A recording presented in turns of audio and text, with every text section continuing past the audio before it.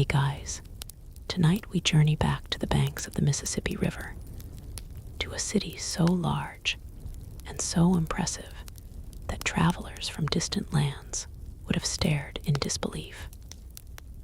A place filled with towering earthen pyramids, crowded marketplaces, busy neighborhoods, and thousands upon thousands of people. Yet, despite its greatness, something happened here that changed everything. A disaster unfolded so gradually that many never realized they were living through it until it was already too late. Before you settle in, take a moment to like the video and subscribe if you enjoy exploring the forgotten corners of history. And now, dim the lights, relax, and let your mind wander back nearly 1,000 years to the remarkable city of Cahokia. The evening air drifted gently across the floodplain, long before European ships crossed the Atlantic, before castles dotted much of medieval Europe, and before many famous kingdoms reached their peak.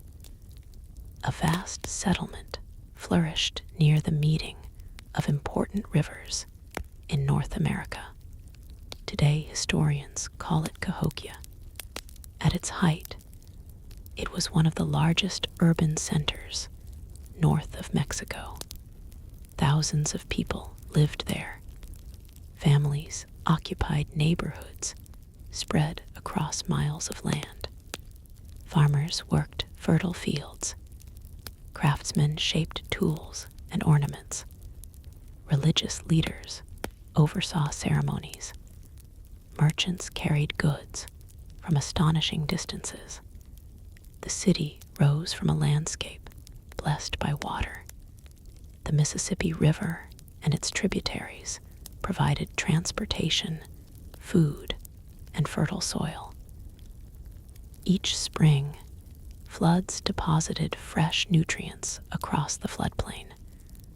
Corn grew abundantly. Villages expanded. Population increased. Generations before Cahokia became a great city. Small communities had already settled the region. They hunted deer. They gathered wild plants. They fished the rivers. They slowly learned how to cultivate crops more effectively. As centuries passed, agriculture transformed daily life. Food surpluses allowed populations to grow. Permanent settlements became larger. Social structures became increasingly complex. By around the year 1050, something extraordinary began. Construction accelerated. Workers moved enormous quantities of earth. Basket after basket of soil was carried across the landscape. Without metal tools, without horses, without wheeled vehicles, human labor alone reshaped the land. Huge earthen mounds emerged. Some served ceremonial purposes. Others supported important buildings. The largest of them all would eventually become known as Monk's Mound. Its immense size still surprises visitors today. Rising above the surrounding plain, it symbolized both ambition and organization. Building it required careful planning and tremendous effort. No single individual could have completed such a project. Only a coordinated society could accomplish something on that scale. As the city expanded, roads connected neighborhoods. Open plazas hosted gatherings. Public ceremonies drew crowds. Visitors arrived from distant communities. Some may have come seeking trade. Others perhaps arrived for religious festivals. Still others may have hoped to join the growing center of power. The city became a magnet. Artifacts discovered by archaeologists reveal connections stretching hundreds of miles. Copper arrived from the Great Lakes region. Marine shells traveled inland from the Gulf Coast. Exotic stones came from distant territories. These objects demonstrate how connected Cahokia had become. Its influence reached far beyond its immediate surroundings. Yet success often brings challenges. A growing population requires resources, more food, more timber, more fuel, more space. At first, the surrounding environment seemed capable of supplying everything. Forests covered much of the region. Trees provided wood for houses, fences, tools, and fires.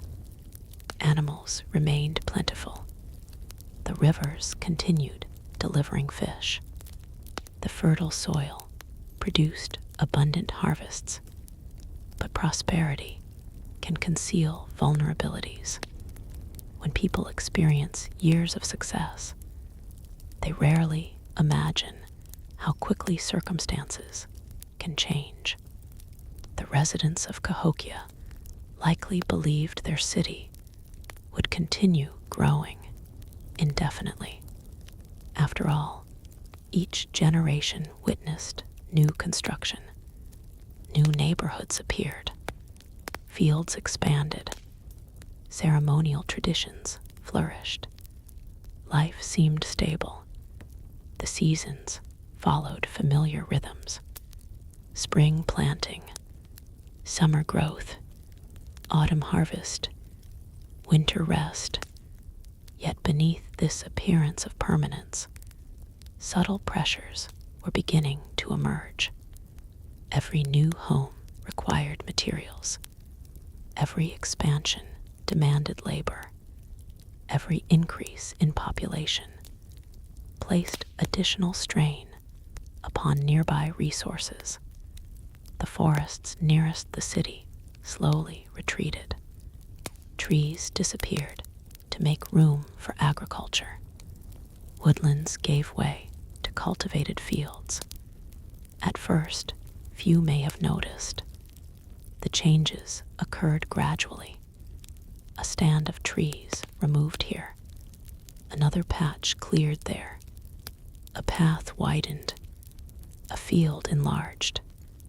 Year after year, the cumulative effects became increasingly significant.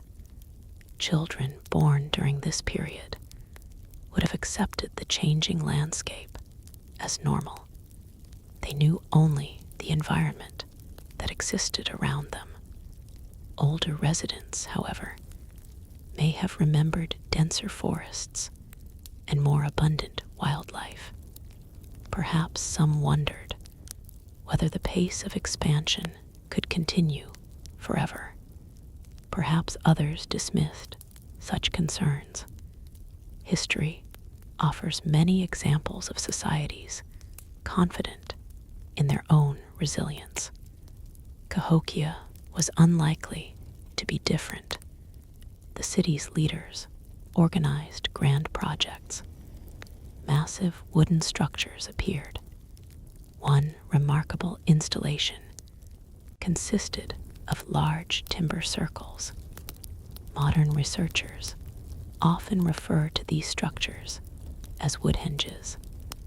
They may have functioned as astronomical markers, helping residents track seasonal events and ceremonial dates.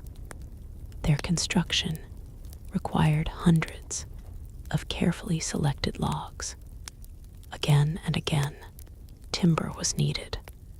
Again and again, forests supplied it. As decades passed, weather patterns may also have begun shifting. Climate records suggest that medieval North America experienced periods of environmental variability. Some years brought favorable growing conditions. Others introduced uncertainty. For agricultural societies, even small climatic fluctuations could have serious consequences. A delayed rainfall, an unusually wet season, an unexpected drought. Any of these could affect harvests. Most years, communities adapted, but adaptation becomes harder when populations are large. A small village might recover quickly from a poor harvest. A city containing thousands faced greater risks. Food demand never disappeared. Every day required new supplies. Every season carried high stakes. Still, life continued. Children played in crowded neighborhoods. Families shared meals. Ceremonies filled plazas with activity. Craft workers produced intricate objects. Travelers entered the city and marveled at its scale. The skyline of earthen mounds dominated the horizon. Smoke rose from cooking fires. Voices echoed across gathering places. The city seemed powerful, perhaps even unstoppable. Yet the forgotten disaster that would eventually transform Cahokia was not a single dramatic moment. There was no enormous explosion. No invading army suddenly appeared at the gates.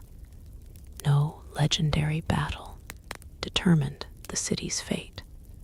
Instead, the trouble emerged through a combination of environmental stress, resource pressure, social strain, and natural forces that slowly accumulated over time, like cracks forming beneath a foundation, invisible at first, then impossible to ignore. One spring, the Mississippi may have risen higher than expected. Floodwaters spread farther across the landscape. Residents were accustomed to seasonal flooding. The river had always shaped their lives, but unusually severe floods could damage fields, homes, and infrastructure. Water ignored boundaries. It flowed wherever gravity carried it. When rivers become unpredictable, entire communities suffer. People rebuild, then rebuild again. Eventually, rebuilding becomes exhausting. At the same time, evidence suggests erosion increased in some areas. Removing forests changes how water moves across the land. Without roots to hold soil in place, rain can wash sediment into streams and lowlands. Fields lose fertility. Waterways change. Agricultural productivity may decline. The consequences often appear slowly. A slightly smaller harvest, a field producing less than before, an area becoming more difficult to cultivate. Such changes rarely inspire immediate alarm, but year after year, they accumulate. The people of Cahokia stood at the beginning of this long challenge. Most likely, they could not yet see where the path would lead. The city still bustled with life. Its monuments still towered above the floodplain. Its influence still stretched across distant regions. Yet somewhere beyond the horizon, the future was already moving toward them. And with each passing season, the first signs of a forgotten disaster were beginning to take shape. And with each passing season, the first signs of a forgotten disaster were beginning to take shape. Few people would have recognized those signs for what they were. History often creates the illusion that past societies could clearly see danger approaching. Looking backward, patterns appear obvious. Yet those who actually lived through such moments experienced events one day at a time. A poor harvest might be dismissed as bad luck. An unusually wet season could be explained as a temporary inconvenience. A stretch of difficult years might seem unfortunate, but manageable. The people of Cahokia were no different. They woke each morning concerned with immediate responsibilities rather than distant possibilities. Farmers inspected their fields. Families prepared meals. Leaders organized ceremonies. Craftsmen shaped stone, shell, wood, and copper into objects that carried both practical and symbolic value.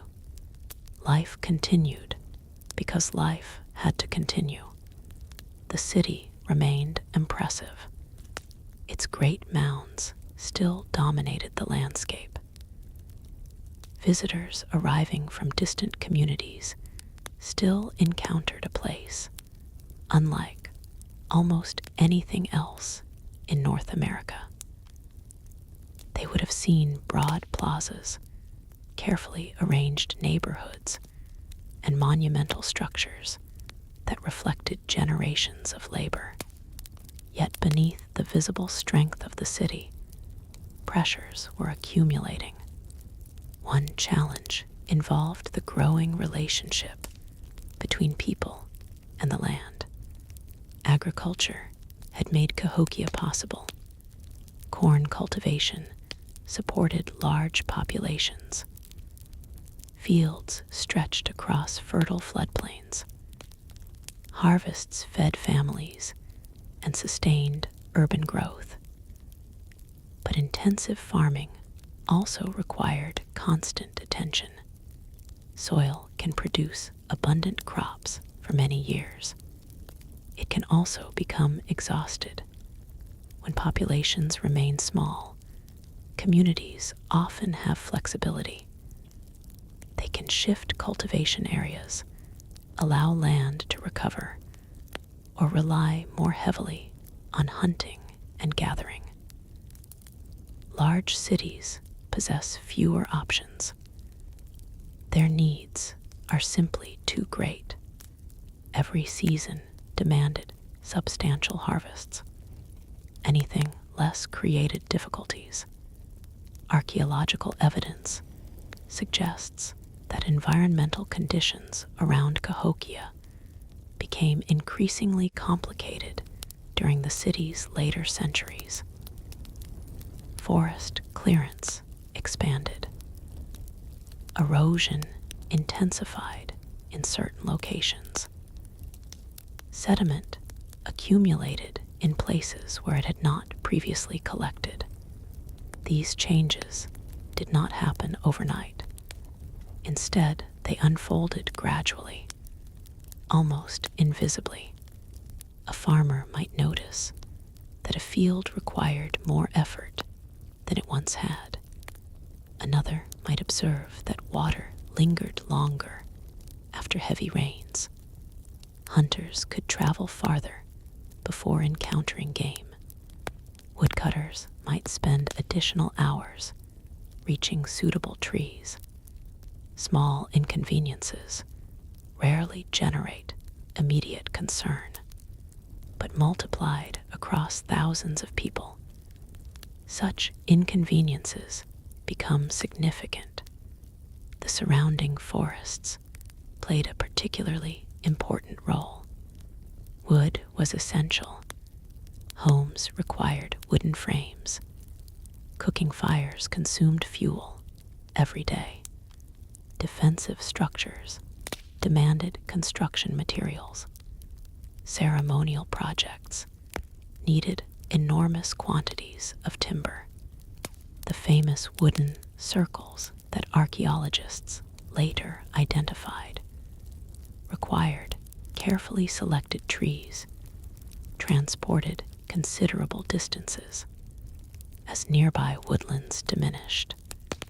Gathering suitable timber became increasingly difficult.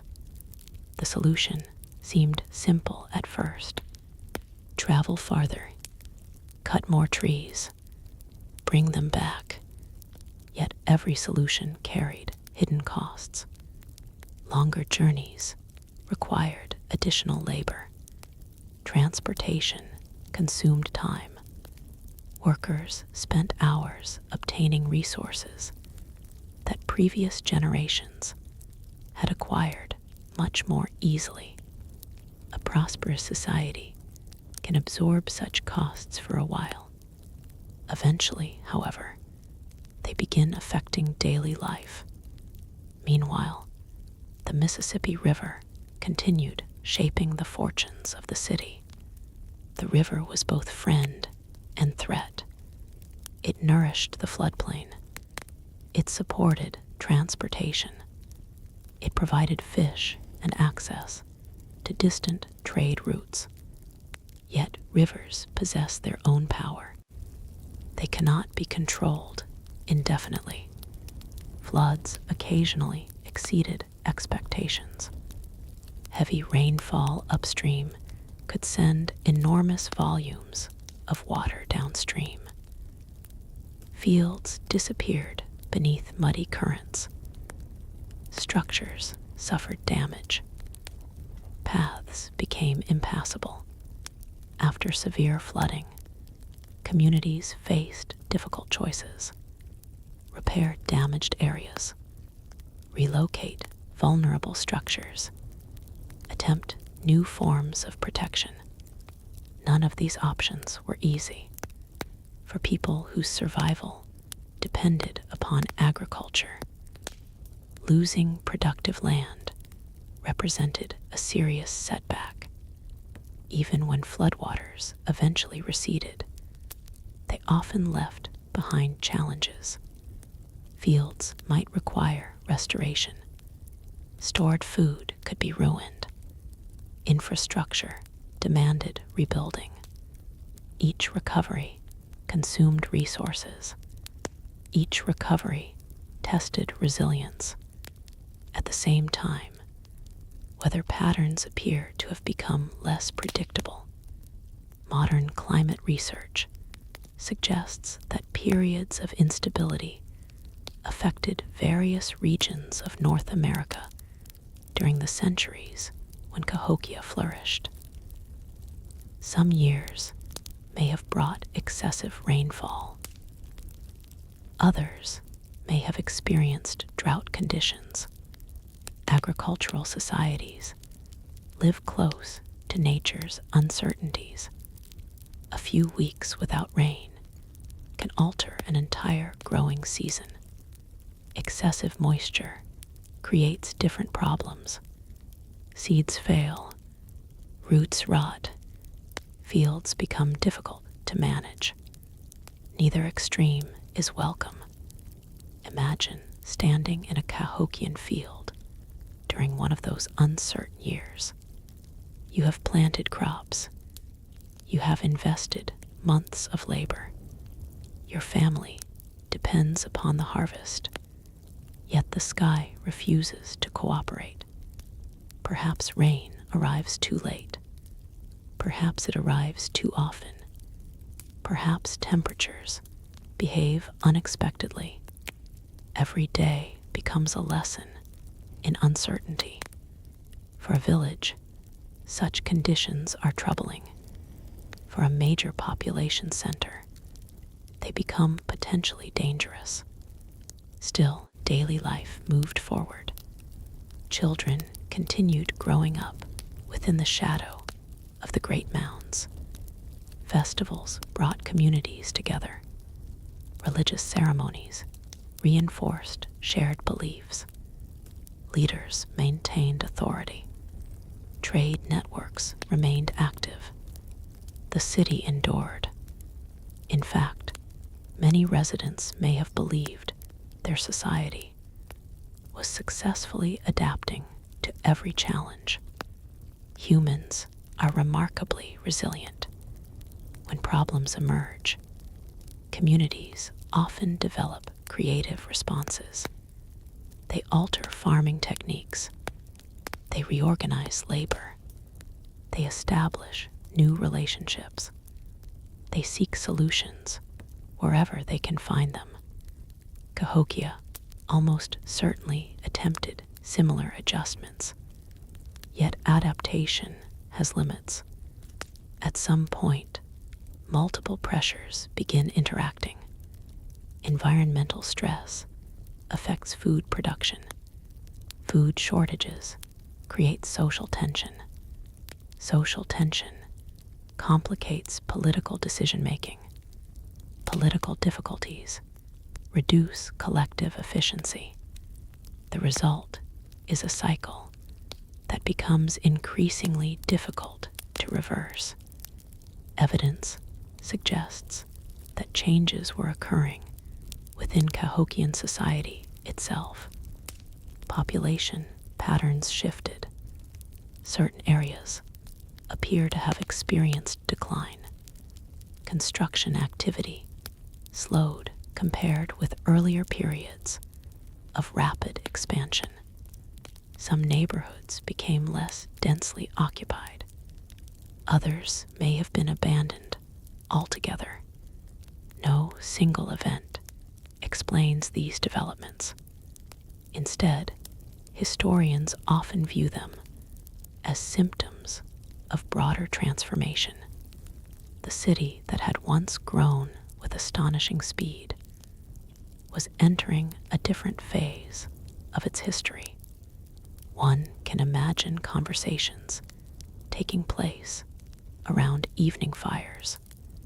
Older residents might recall earlier decades when new projects seemed endless, when workers constantly expanded the city, when visitors arrived in greater numbers, when resources felt abundant. Younger generations, meanwhile, knew only the world around them. Their expectations differed. Their experiences shaped different perspectives. Such contrasts exist in every society. They existed in Cahokia as well. Another challenge involved maintaining unity across a large population. Cities are complicated organisms. Thousands of people bring thousands of needs, ambitions, and concerns. Leadership requires cooperation. Cooperation depends upon trust. Trust must be reinforced continuously. Periods of prosperity make this easier. Periods of hardship make it harder. If harvests decline, questions emerge. If resources become scarcer, competition increases. If rebuilding follows repeated environmental disruptions, frustration accumulates.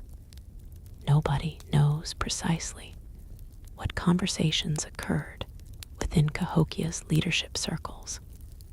Archaeology provides clues rather than complete transcripts, but human nature suggests that disagreements almost certainly existed. How should labor be organized? Which projects deserved priority? How should resources be distributed? Who should make important decisions? Such questions arise whenever societies face pressure. As years passed, signs of stress became more visible. The city did not collapse suddenly. Instead, change unfolded gradually across generations. A family might relocate. A neighborhood might shrink. A ceremonial tradition might lose participants. Trade connections might weaken. none of these developments alone would necessarily seem catastrophic. Together, however, they pointed toward a larger story. The greatest cities in history often appear permanent while they are thriving. Their monuments inspire confidence. Their achievements suggest stability. Their leaders project strength. Yet permanence is an illusion. Every city depends upon countless interconnected systems: food, water, labor, environment, social cohesion, political organization. When enough of those systems weaken simultaneously, even remarkable places become vulnerable. Cahokia had reached that delicate stage. The foundations of its success still existed. The mounds still stood. People still lived there. Ceremonies still occurred. But the effortless momentum of earlier generations was fading. Maintaining the city required increasing effort. Recovering from setbacks demanded greater sacrifices. The balance between people and environment grew more fragile with each passing decade. Beyond the horizon, forces larger than any individual community continued moving across the continent. Climate patterns shifted. River systems evolved. Landscapes changed. The people of Cahokia could respond to some of these challenges. Others remained beyond human control. For now, however, the city endured. Its residents could still walk through crowded spaces. They could still gaze upon monumental earthworks. They could still participate in traditions stretching back generations. Yet beneath that familiar surface, the forgotten disaster continued unfolding, not as a single moment of destruction, but as a slow transformation that was steadily reshaping one of North America's greatest ancient cities. And as another generation came of age beneath the shadow of Monk's Mound, the challenges confronting Cahokia were about to become far more difficult than anything its founders had ever imagined. And as another generation came of age beneath the shadow of Monk's Mound, the challenges confronting Cahokia were about to become far more difficult than anything its founders had ever imagined. The children who now ran through the plazas and along the earthen pathways inherited a city that still looked powerful from a distance. The massive mounds remained. Ceremonial spaces continued to host gatherings. Smoke still rose from hundreds of homes. Trade goods still arrived from faraway regions. To an outsider, Cahokia might have appeared every bit as impressive as it had been decades earlier. Yet appearances can be deceptive. Many of history's greatest civilizations looked stable shortly before entering periods of profound change. The Roman Empire remained enormous, even as internal weaknesses multiplied. The great cities of the Maya still possessed magnificent monuments, while political fragmentation spread across their territories. Cahokia was experiencing its own version of this pattern. The warning signs were not always dramatic. Often they appeared in subtle ways. A neighborhood that once bustled with activity seemed quieter than before. A pathway used by countless travelers, saw fewer footprints. Certain construction projects remained unfinished longer than expected. The rhythm of daily life shifted almost imperceptibly. Most people adapted without thinking much about it. Human beings are remarkably skilled at adjusting to gradual change. If conditions worsen slowly enough, each generation accepts circumstances that earlier generations might have considered unusual. A young farmer living near Cahokia around this time would have judged normality based upon personal experience rather than historical comparison. If obtaining timber required a long journey, that simply seemed part of life. If harvests occasionally disappointed, that was something communities learned to manage. If rebuilding followed periodic floods, that became a familiar responsibility. Yet cumulative pressures continued growing. One particularly important issue involved food security. Cities consume enormous quantities of food. Every resident must eat every day. Unlike smaller villages, large urban populations cannot easily absorb repeated agricultural setbacks. A poor harvest affects everyone. Two poor harvests create serious concerns. Several difficult seasons spread across a generation can transform an entire society. Corn remained central to Cahokia's economy. Fields stretched across the surrounding landscape. Planting and harvesting organized much of the annual calendar. Success depended upon weather, soil, labor, and timing. When any of those factors became unreliable, consequences rippled throughout the community. Imagine standing at the edge of a field during late summer. The crops should be thriving. The stalks should be strong. The promise of autumn should be visible everywhere. Instead, perhaps sections of the field appear weaker than expected. Maybe rainfall arrived unevenly. Perhaps flooding damaged certain areas. Maybe soil fertility has declined after years of intensive cultivation. The harvest will still occur. Food will still be gathered, but the yield may not match expectations. For a single family, that creates anxiety. For thousands of families, it creates uncertainty. At the same time, the natural environment surrounding the city continued evolving.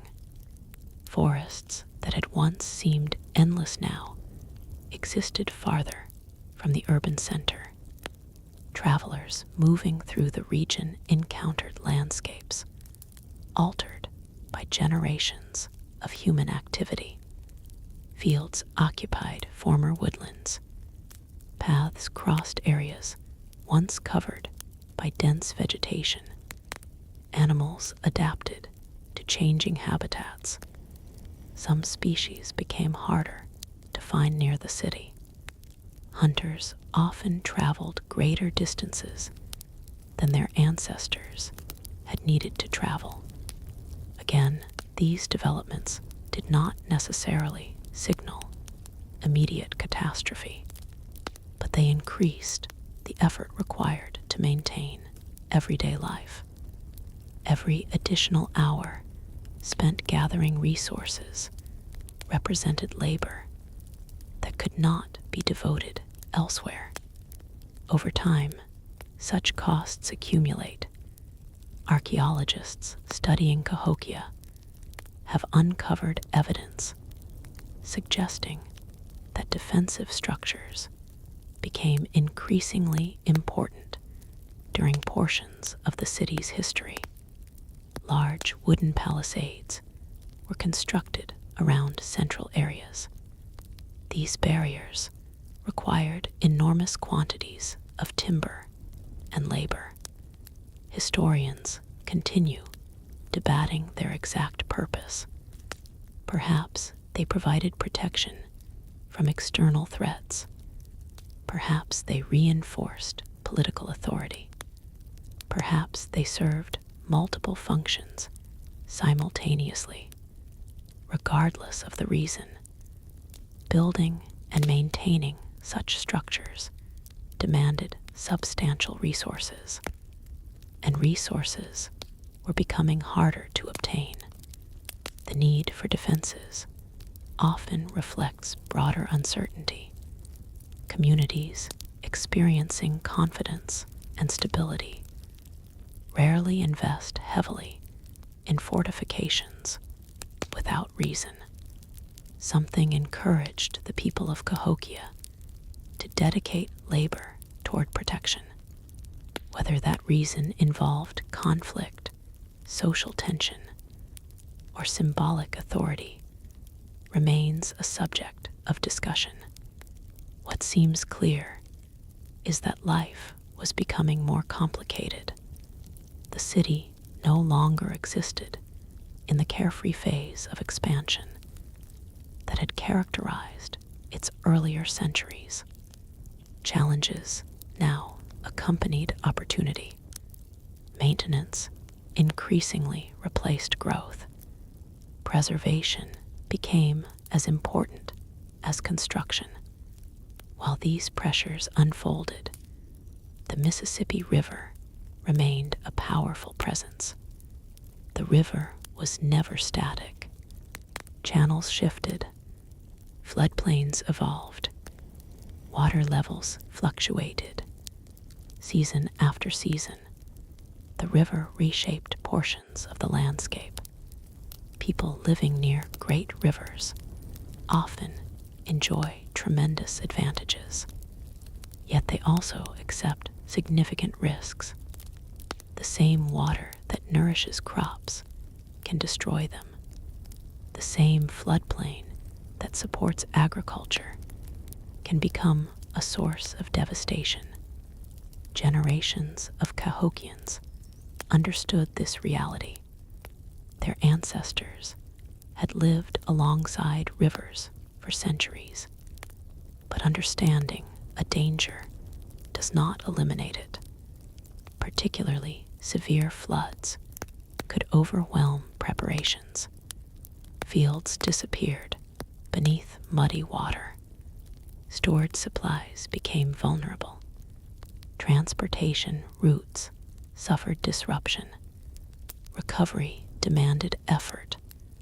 Repeated recovery demanded even more. As environmental uncertainty increased, social relationships likely experienced strain. Every society develops mechanisms for cooperation. Communities share labor. Families support one another. Leaders coordinate large projects. Religious traditions reinforce common identity. These systems function best when resources remain relatively abundant. Scarcity introduces difficult questions. Who receives limited supplies? Which projects deserve priority? How should labor be allocated? Different groups may answer such questions differently. Archaeology cannot reveal every disagreement. The people of Cahokia left no written records describing daily political debates. Yet history suggests that periods of stress almost always generate competing opinions. Some residents may have advocated preserving traditional practices. Others may have encouraged new approaches. Certain leaders perhaps favored ambitious projects despite mounting difficulties. Others may have urged caution. The details remain hidden. The existence of tension, however, is almost inevitable. One of the most fascinating aspects of Cahokia's story is that the city did not simply vanish. Popular imagination often pictures ancient civilizations disappearing overnight. Reality is usually more gradual. People adapt, they relocate, they reorganize, they continue living even as familiar institutions change. Cahokia followed this pattern. The city entered a long period of transformation. Rather than experiencing a single dramatic ending, certain districts lost population, activity shifted, communities evolved. The process unfolded over decades rather than days. A resident living through these years might not have recognized the broader trajectory. Life still contained ordinary routines. Children still learned from parents. Farmers still planted crops. Ceremonies still marked important occasions. Markets still facilitated exchange. The world remained recognizable. Only in hindsight does the pattern become clearer. The city's greatest achievements had depended upon a delicate balance between people, resources, environment, and organization. That balance was becoming increasingly difficult to maintain. Then came another challenge. Climate records suggest that portions of North America experienced significant environmental fluctuations during the centuries following Cahokia's peak. Long-term shifts in rainfall and temperature affected agricultural productivity across wide regions. Communities dependent upon farming faced difficult adjustments. Drought conditions, even when intermittent, could prove devastating. A single dry year creates concern, several occurring within a relatively short period can reshape entire societies. Water becomes precious. Harvest expectations decline. Food reserves grow, increasingly important. Communities begin making difficult choices. No one living in Cahokia could predict precisely what the coming years would bring. They could observe the weather. They could monitor fields. They could draw upon ancestral knowledge. But they could not see decades into the future. The uncertainty itself became part of the challenge. Each growing season carried risk. Each harvest carried consequences. Each winter prompted questions about the next year. The magnificent city that had once seemed destined for endless growth now faced a more complicated reality. Its people remained resilient. Its traditions endured. Its monuments still inspired awe. Yet resilience does not guarantee permanence. Traditions can survive even as institutions weaken. Monuments can remain standing while populations decline. All cannot replace resources. The forgotten disaster unfolding around Cahokia was not one event. It was the accumulation of many pressures interacting across generations.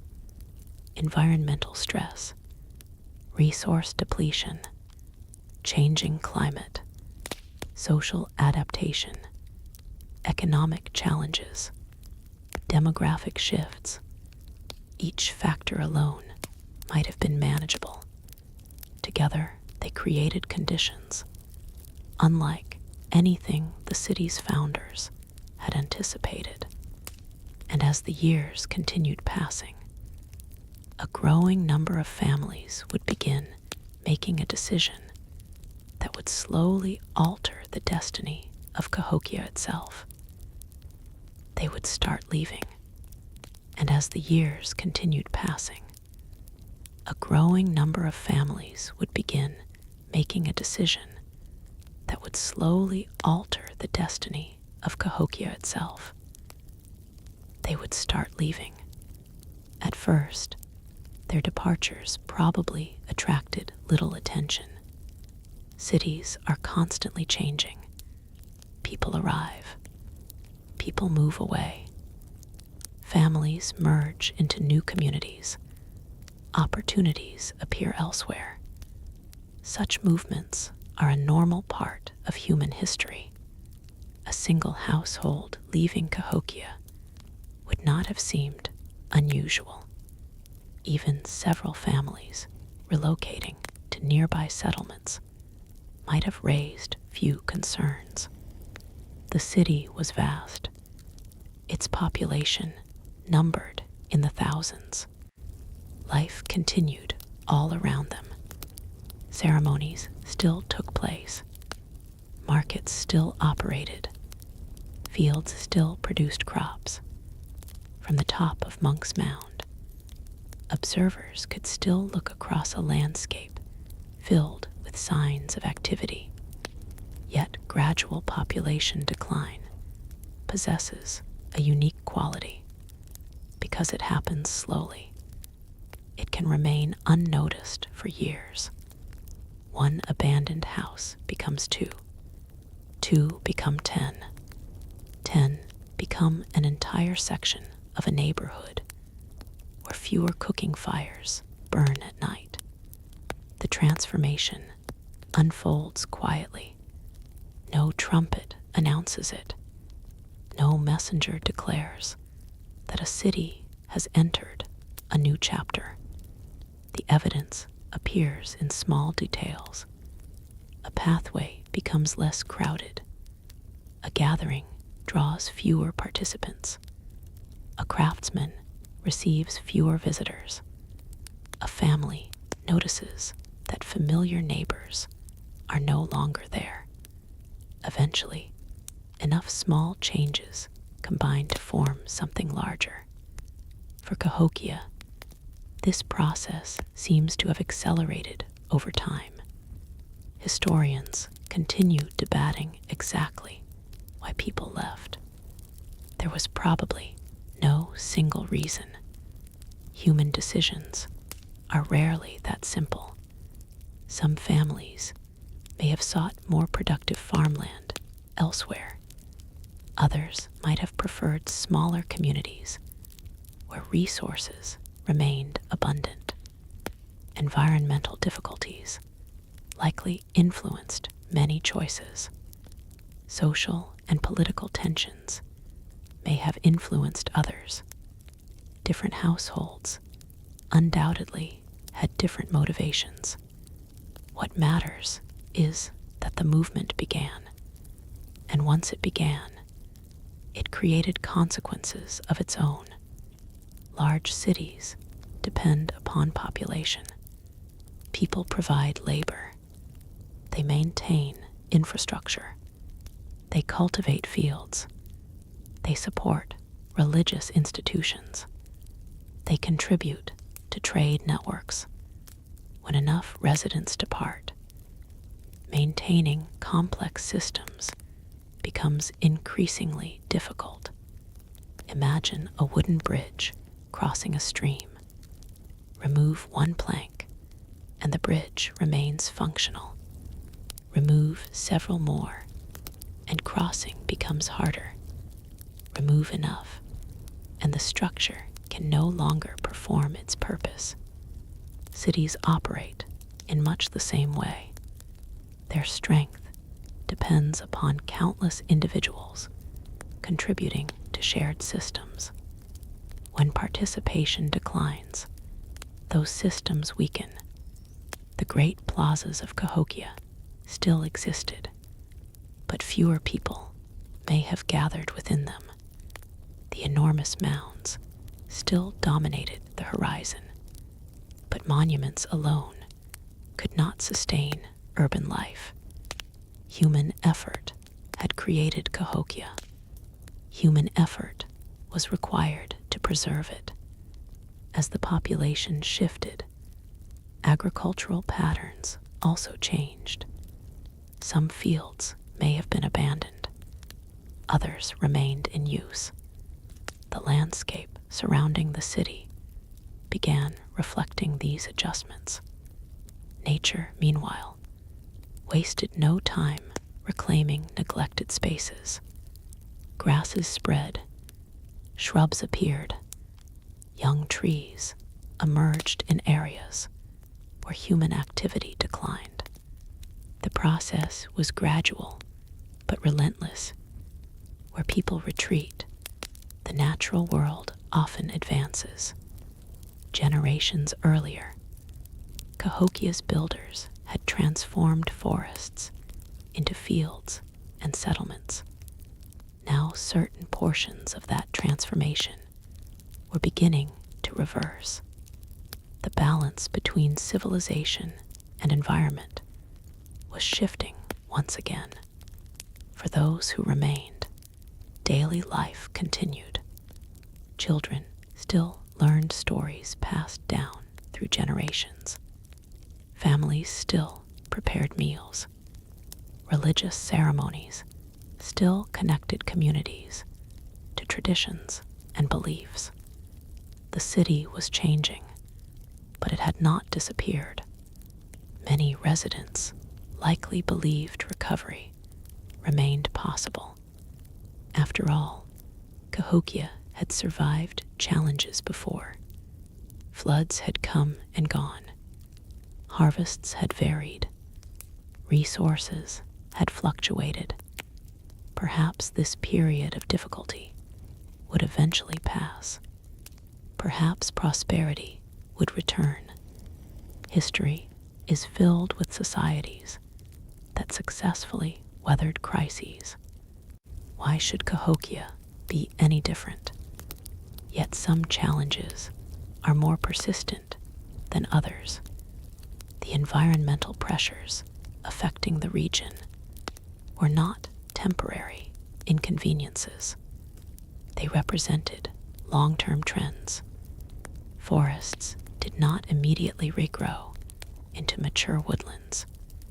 Exhausted soils did not instantly recover.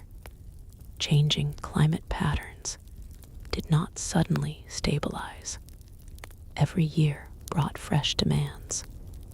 Every season required adaptation, and adaptation consumed energy.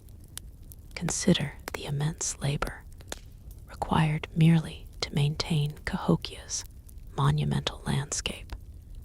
The earthen mounds themselves demanded attention. Erosion had to be managed. Public spaces required upkeep. Defensive structures needed repair. Buildings eventually wore out and had to be rebuilt. In a thriving city, such responsibilities are distributed across a large population.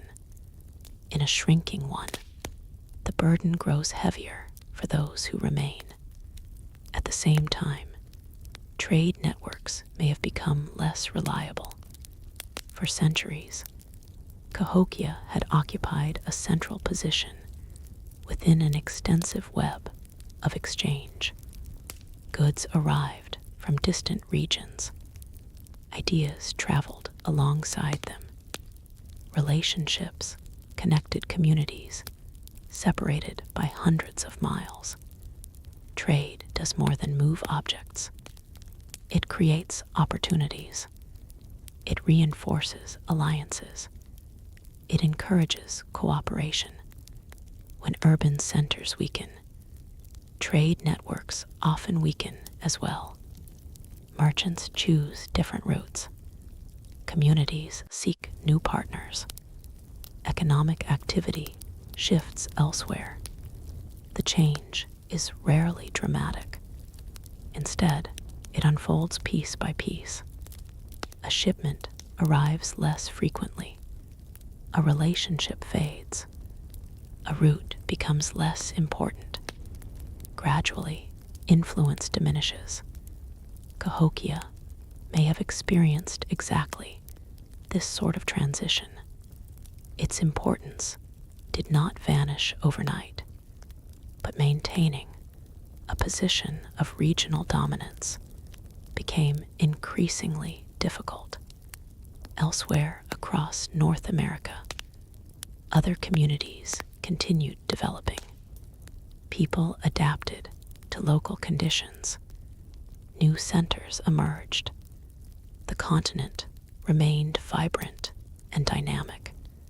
The story of Cahokia was not the story of an entire civilization collapsing.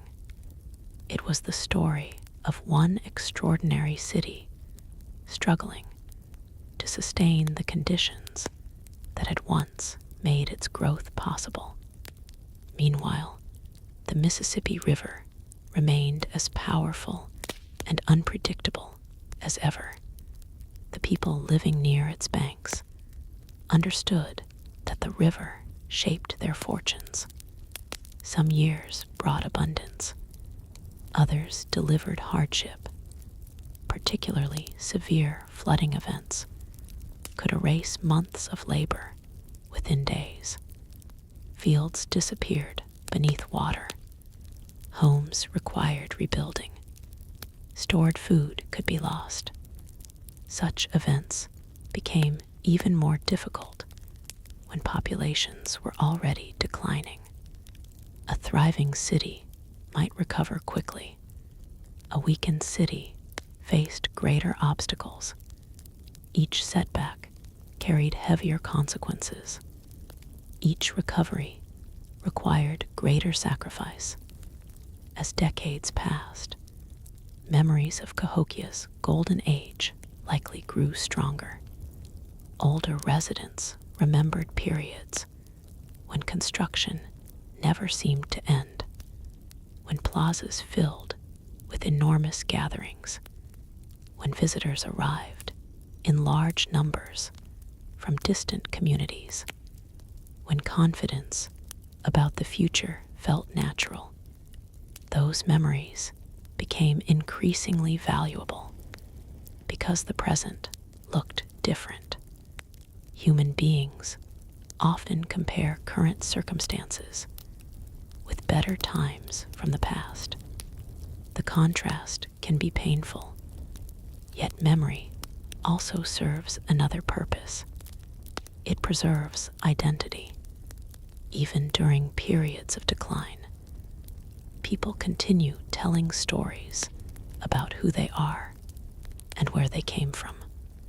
The residents of Cahokia almost certainly did the same. Children heard accounts of great ceremonies.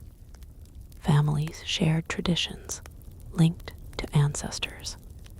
Communities maintained connections to sacred places. The city's significance extended far beyond economics or population numbers. It represented generations of effort, belief, and achievement. That significance did not disappear simply because circumstances changed. Still, practical realities could not be ignored. Fewer residents meant fewer workers. Fewer workers meant less capacity for large projects. Less capacity meant further decline in infrastructure and organization. The cycle fed upon itself. What had once been a center of expansion increasingly became a place focused on endurance. The difference mattered. Expansion generates optimism. Endurance demands persistence. By this point, some portions of Cahokia may already have felt noticeably different from their earlier condition. Open spaces expanded where houses once stood. Neighborhoods became less crowded. Certain public areas likely saw reduced activity. Visitors arriving after long absences may have sensed the change immediately. Those who lived there experienced it more gradually. Slow transformations often feel less dramatic to those witnessing them day by day. Yet the cumulative effect was profound. The forgotten disaster was continuing its work, not through fire, not through invasion, not through a single catastrophic event, but through years of pressure, adaptation, migration, and environmental change. The city still stood. The mounds still rose above the floodplain. The traditions of its people endured. However, a critical threshold was approaching. Soon, the population decline would become difficult to ignore. And when that happened, even the most optimistic residents would begin to realize that the future of Cahokia might look very different from its past. And when that happened, even the most optimistic residents would begin to realize that the future of Cahokia might look very different from its past. For generations, the city had seemed almost permanent. Children were born beneath the shadow of the great mounds and grew into adults believing those monuments would always overlook crowded neighborhoods and busy plazas. Grandparents passed stories to grandchildren. Ceremonies marked the passing seasons. Life unfolded according to rhythms that felt timeless. Yet permanence is one of history's greatest illusions.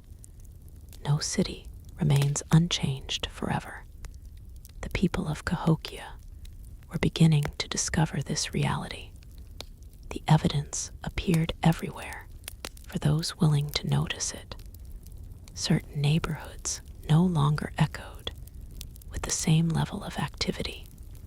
Footpaths that once connected clusters of homes showed fewer signs of constant use. Open spaces emerged where structures had once stood.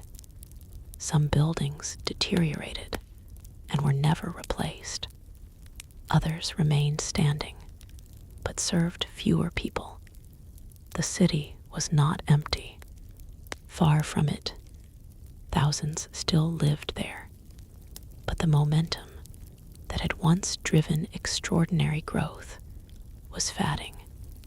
A visitor arriving during Cahokia's greatest centuries would have encountered a place bursting with expansion. New construction projects appeared regularly. Laborers moved earth. Builders raised wooden structures. Farmers cultivated expanding fields. The city projected confidence. Now the atmosphere was different. The focus had shifted from growth to maintenance. And maintenance, while essential, rarely inspires the same sense of possibility. Imagine walking through Cahokia during this period. The massive Monk's Mound still dominates the skyline. Its terraces rise above the surrounding landscape. Ceremonial spaces remain recognizable. The city's layout still reflects centuries of planning and labor. At first glance, everything appears familiar, yet closer observation reveals subtle differences, more unused ground, more aging structures, more reminders that change is underway. For many residents, these developments likely produced mixed emotions. Some may have felt concern. Others, perhaps, believed the difficulties were temporary. Still others might have accepted change as an unavoidable part of life. Human communities rarely respond to challenges with a single shared perspective. Different individuals interpret the same circumstances differently. A farmer focused on harvests might worry about the land. A religious leader might emphasize continuity and tradition. A craftsman might notice changing demand for goods. A parent might simply concentrate on providing stability for a family. Together, these countless personal experiences formed the larger story of Cahokia's transformation. At the same time, environmental conditions continued exerting pressure. The landscape surrounding the city was no longer the same landscape encountered by its founders centuries earlier. Human activity had altered it profoundly. Forests had been cleared, fields expanded, resources extracted, water systems influenced by changes in vegetation and land use. Such transformations are common wherever large populations settle. The difference lies in scale.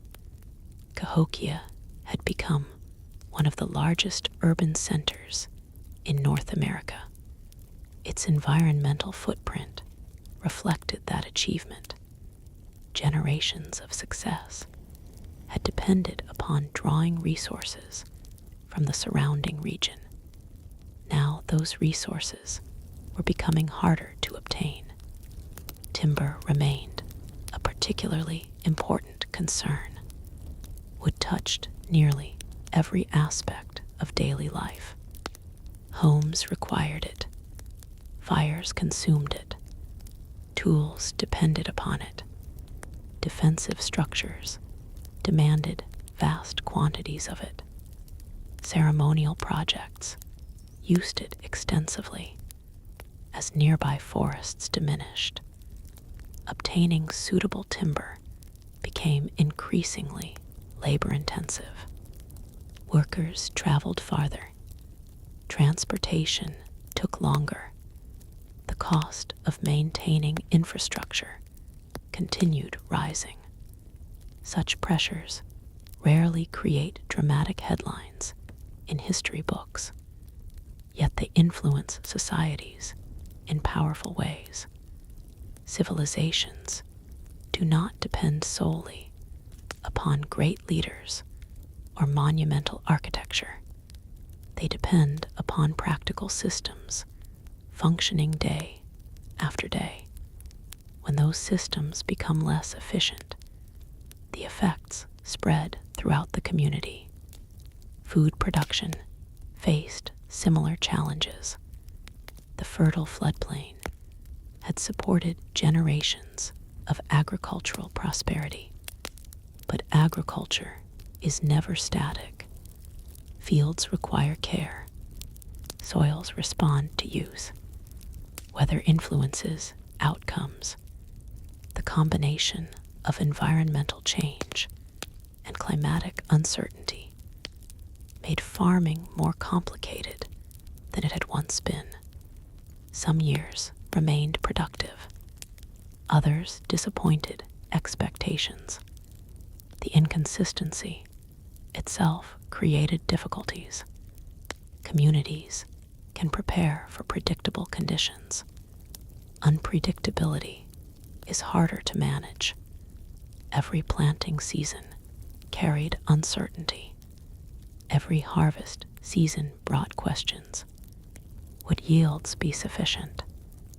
Would reserves last through winter? Would next year be better? No one knew. This uncertainty affected more than food supplies. It influenced confidence. Confidence is an invisible but essential resource. Societies invest in ambitious projects when they believe tomorrow will be stable. They become cautious when the future appears uncertain. Cahokia's residents were increasingly living with uncertainty. Meanwhile, population shifts continued. Families left, others stayed. Some newcomers may still have arrived from surrounding regions. But overall, the long-term trend pointed toward decline. The process unfolded slowly enough that daily life remained recognizable. Yet the cumulative effect became harder to ignore with each passing decade. Archaeologists studying Cahokia centuries later would identify evidence of these changes in settlement patterns. Certain areas showed reduced occupation. Others appeared abandoned. The physical record preserved traces of decisions made by countless individuals over generations. Each departure represented a personal story, a family choosing a new location, a household seeking opportunity elsewhere, a community adapting to changing circumstances. No one person caused Cahokia's decline. No single decision determined its fate. The transformation emerged from thousands of choices, interacting with environmental realities. History often works this way. Large events are frequently built from countless smaller actions. At the heart of Cahokia stood its ceremonial and political center. The great mounds remained symbols of authority and identity. For centuries, they had anchored the city's social and spiritual life. People gathered near them for important occasions. Leaders exercised influence from these spaces. Religious traditions connected communities to shared beliefs. Even as other aspects of life changed, the mounds continued serving as powerful reminders of the city's past achievements. Yet monuments cannot solve practical problems. They inspire, they symbolize, they preserve memory, but they do not produce food. They do not regrow forests. They do not reverse climate shifts. The residents of Cahokia still faced the realities of daily survival. As time passed, another challenge emerged. The social networks that had once helped unify a large population became more difficult to maintain. Large cities require cooperation among many groups. Farmers, craftsmen, leaders, traders, and religious authorities all play important roles. When populations grow, institutions often expand alongside them. When populations decline, those institutions must adapt. Sometimes adaptation succeeds. Sometimes it struggles. The archaeological record hints that Cahokia experienced periods of social reorganization. The exact details remain uncertain. No written documents survive to explain every development. Yet evidence suggests that the city changed internally as well as externally. Communities adjusted to new realities. Old patterns evolved. Structures of authority may have shifted. Traditions likely adapted to circumstances. These changes were not necessarily signs of failure. Adaptation is a normal response to pressure. The challenge was that Cahokia faced multiple pressures simultaneously: environmental stress, population decline, resource scarcity, changing economic relationships, climatic uncertainty. Each factor influenced the others. Together, they created a situation far more difficult than any single problem alone.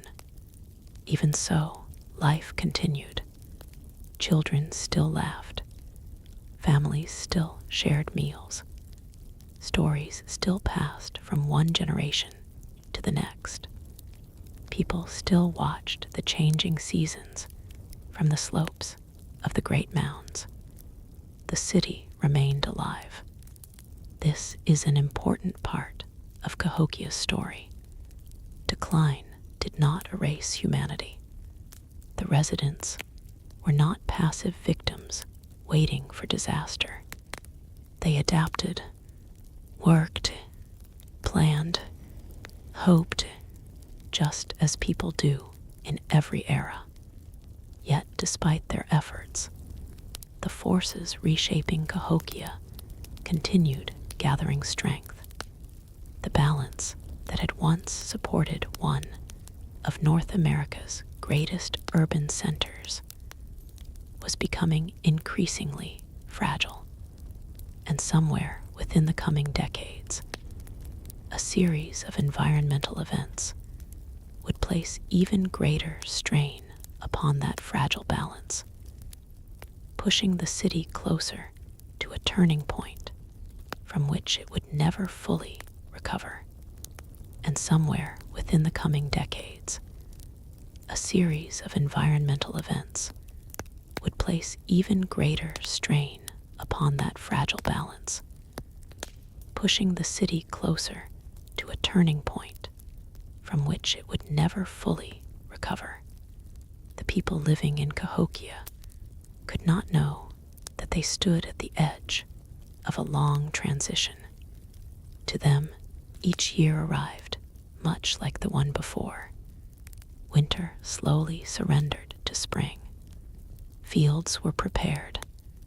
Seeds were planted. Summer brought growth. Autumn promised harvests. The cycle repeated. Yet beneath that familiar rhythm, conditions were becoming increasingly unstable.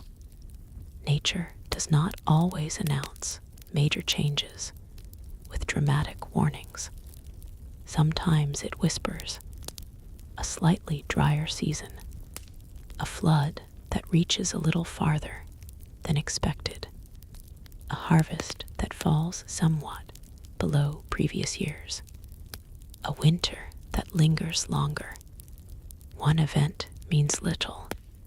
Several events spread across decades tell a different story. Cahokia was beginning to experience that story. The Mississippi River remained at the center of everything. For generations, it had provided life. Its waters nourished crops. Its channels connected distant communities. Its floodplain offered fertile land that helped transform a settlement into a city. Without the river, Cahokia could never have existed. Yet the same river possessed tremendous destructive power. The people understood this. Every generation living near great rivers learns respect. Water can be generous. Water can also be merciless. Particularly severe flooding episodes likely became part of the challenges facing the city during its later centuries. When floodwaters spread across farmland, the consequences extended far beyond the immediate damage. Fields required restoration. Stored food could be lost. Homes might need rebuilding. Travel became difficult. Recovery consumed valuable labor. If such events occurred during periods of strong prosperity, communities often managed successfully.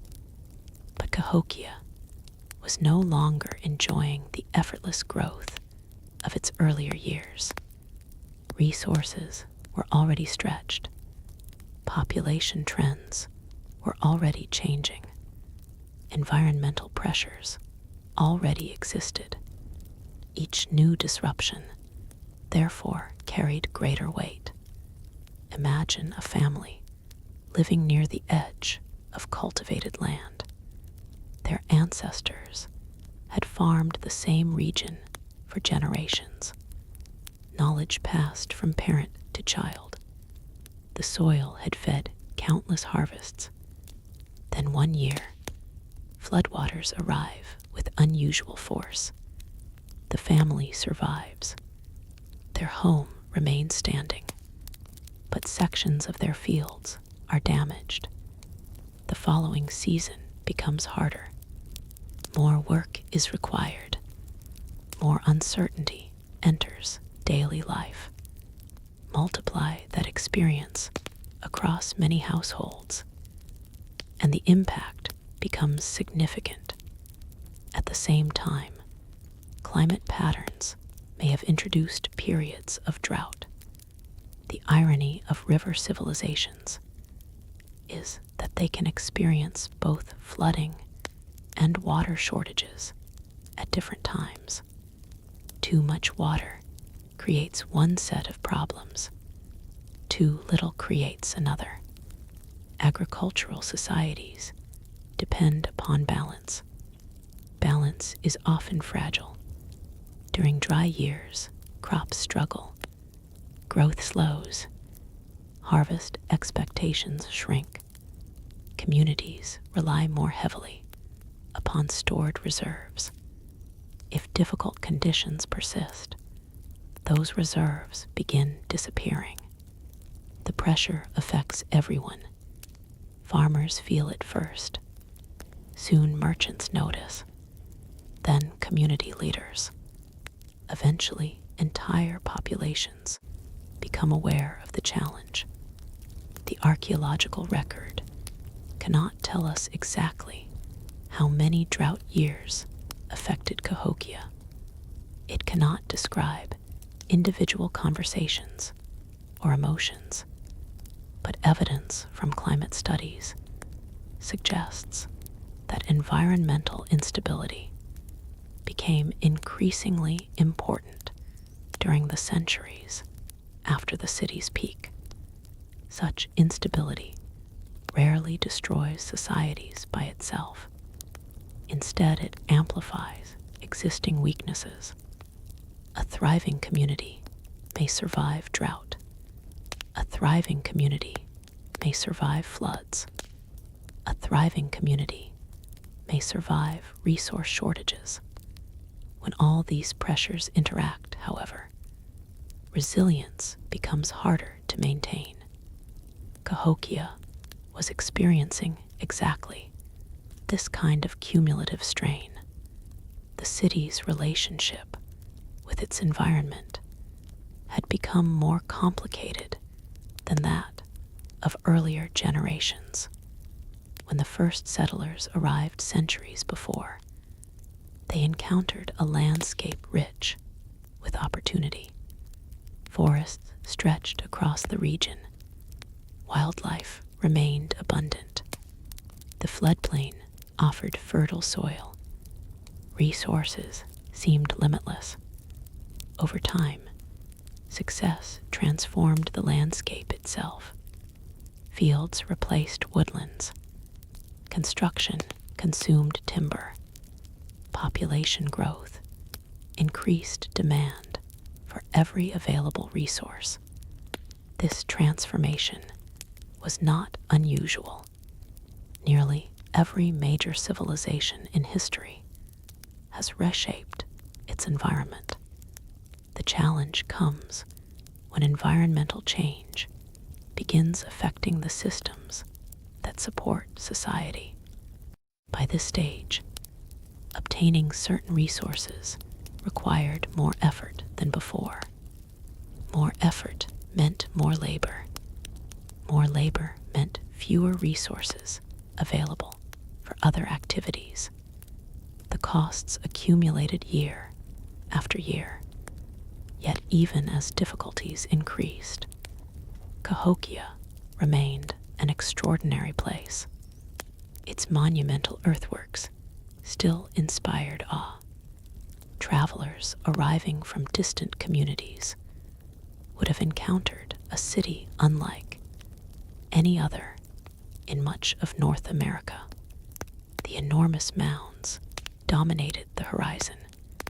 Wide plazas reflected generations of planning. The scale of human achievement remained unmistakable. That contrast makes Cahokia's story particularly fascinating. The city did not decline because its people lacked intelligence or organization. Quite the opposite. Only a highly organized society could have built such a place. The challenge was that even remarkable societies operate within environmental limits. Those limits are sometimes invisible during periods of growth. They become obvious only when conditions change.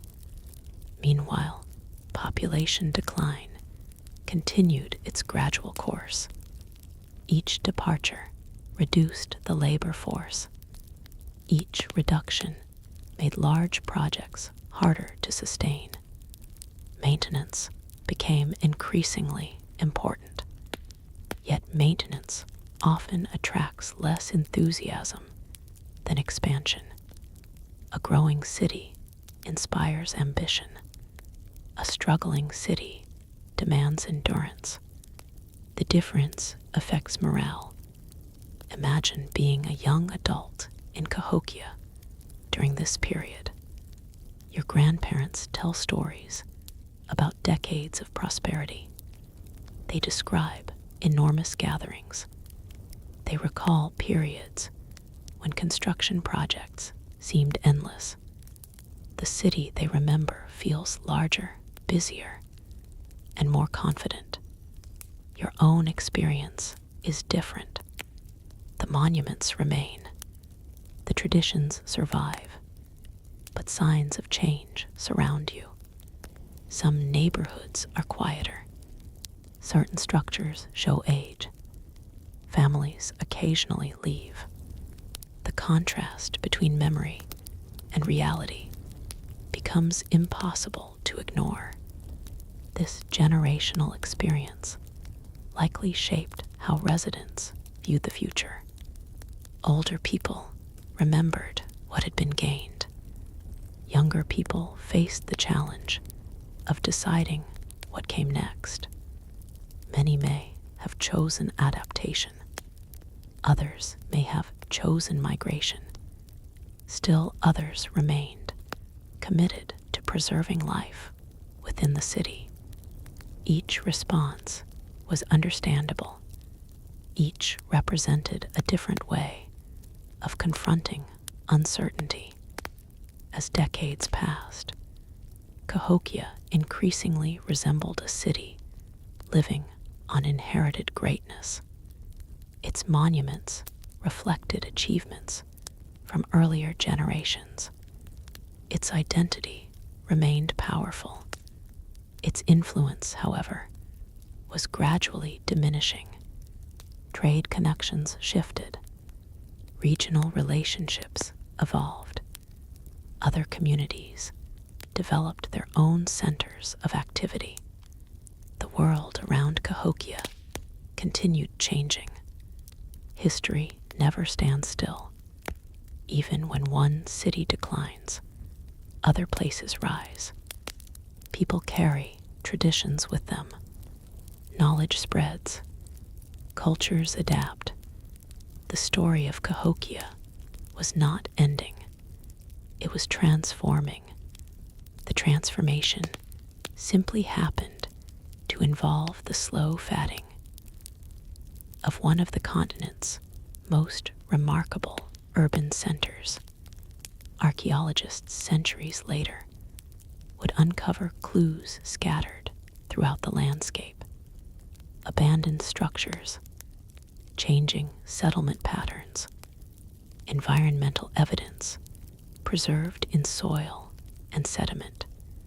Together, these clues reveal a picture of gradual decline rather than sudden catastrophe. That distinction matters. Popular imagination often prefers dramatic endings. A great battle, a devastating invasion, a single apocalyptic event. Cahokia's reality appears far more human.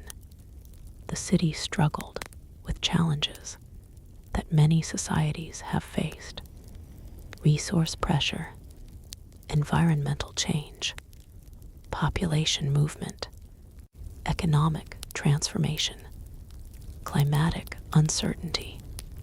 These forces interacted over generations. No single year determined the outcome. No single decision sealed the city's fate. The forgotten disaster was a process, a long one, a quiet one, and because it unfolded so gradually, many residents likely failed to recognize its full significance while living through it. Yet the process was accelerating. The balance that once supported tens of thousands of people was weakening. The environmental foundation of the city had become increasingly unstable, and before long, the heart of Cahokia itself would begin showing unmistakable signs that the age of the great city was drawing toward its final chapters. And before long, the heart of Cahokia itself would begin showing unmistakable signs that the age of the great city was drawing toward its final chapters. By this point, Cahokia was no longer expanding in the way it once had.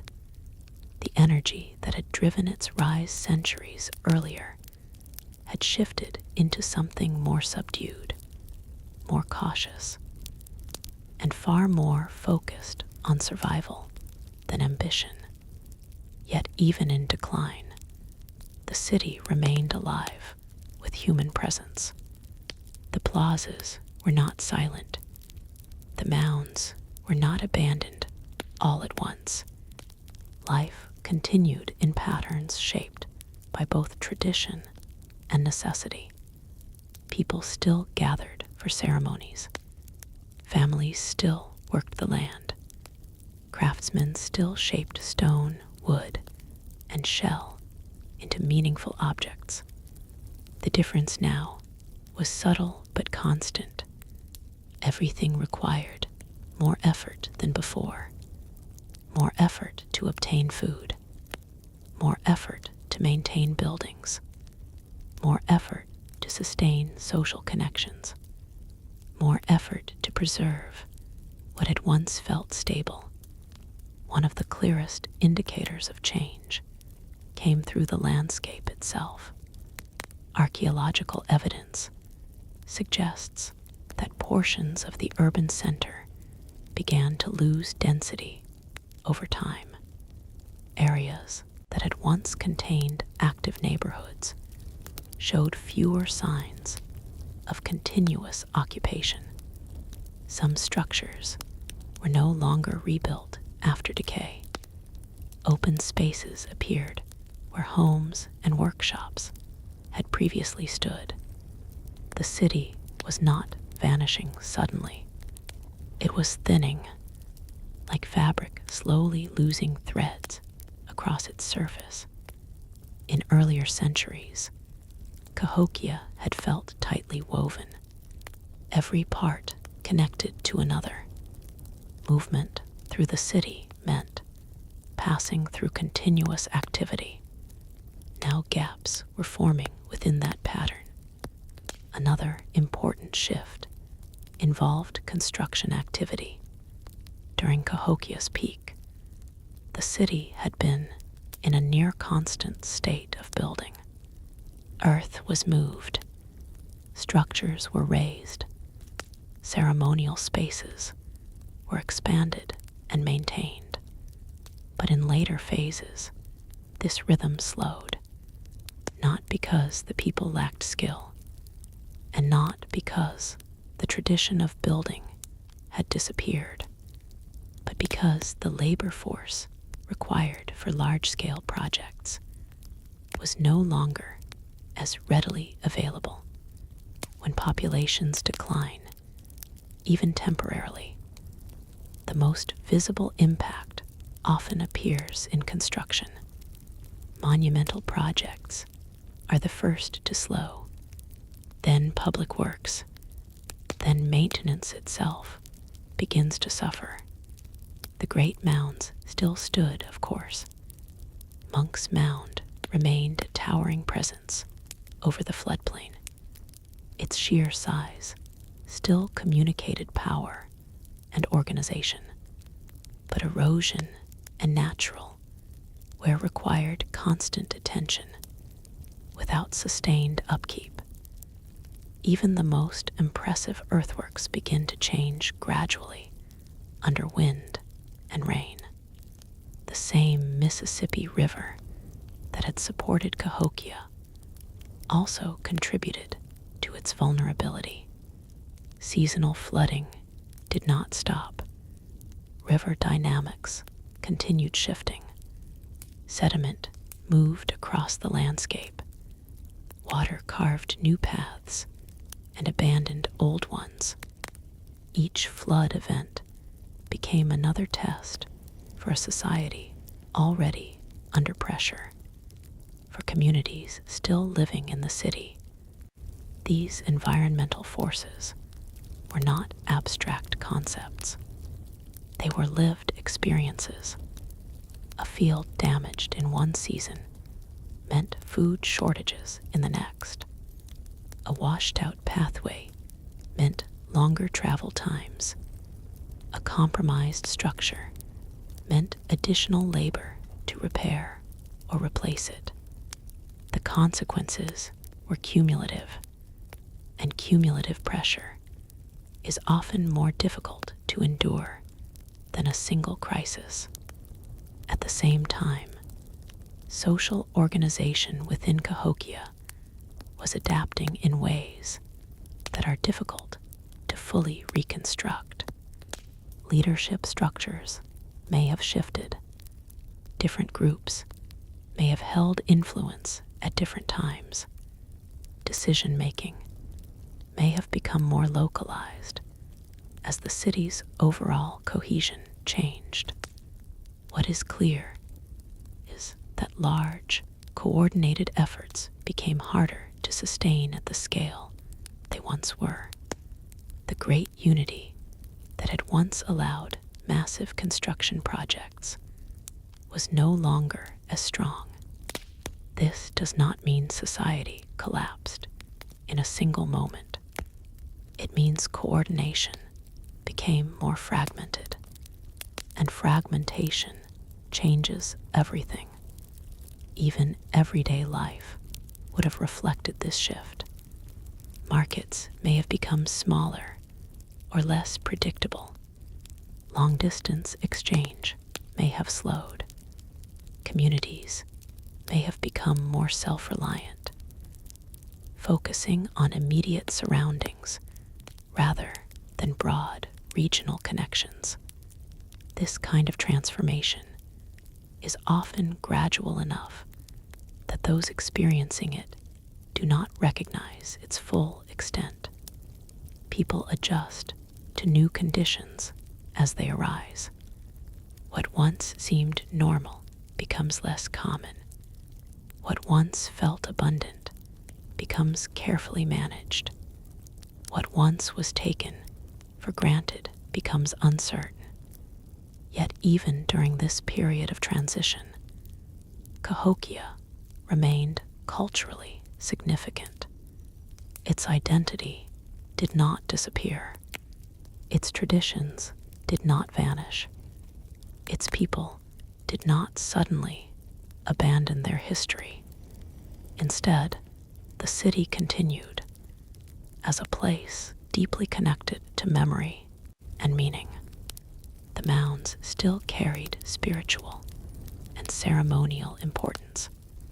The landscape still reflected generations of human effort. And even as population levels changed, the significance of Cahokia as a place persisted. But history shows that places, no matter how important, are shaped by the people who inhabit them. And when those populations shift, the meaning of the place also shifts. Gradually, the center of activity moved away from what had once been the city's core. Some groups relocated to surrounding regions where resources may have been more stable, or where environmental pressures were less severe. Others remained, maintaining continuity with ancestral traditions. Over time, this created a different kind of landscape, not a sudden emptying, but a dispersal, a spreading outward of people and activity. The great urban concentration that had defined Cahokia during its peak years was no longer present in the same form. What remained was a landscape marked by memory, monument, and reduced settlement density. And yet, even in this stage, the story was not one of absolute disappearance. Cahokia did not end in silence. It transitioned. It transformed. It entered a new phase where its role as a dense urban center diminished. But its cultural and historical significance endured in the broader region. Centuries later, when European observers and then archaeologists studied the area, they would struggle at first to fully grasp the scale of what had once existed here. The mounds remained visible. The land still bore their imprint, but the living city that had once surrounded them was gone. What remained was a powerful reminder that even the greatest human achievements are not immune to time, environment, and change. And as the Mississippi continued its endless movement across the land, Cahokia's story became part of something larger than itself. A quiet reminder of how civilizations rise, adapt, and sometimes slowly fade, leaving behind echoes in earth and memory, rather than the bustling life they once held. And as the Mississippi continued its endless movement across the land, Cahokia's story became part of something larger than itself. A quiet reminder of how civilizations rise, adapt, and sometimes slowly fade, leaving behind echoes in earth and memory, rather than the bustling life they once held. In the centuries that followed, the landscape that once supported one of North America's most remarkable urban centers underwent a slow transformation. Forests gradually reclaimed portions of abandoned fields. Grasslands spread across areas where homes and workshops had once stood. Rain and wind softened the edges of earthen structures, reshaping them with patient persistence.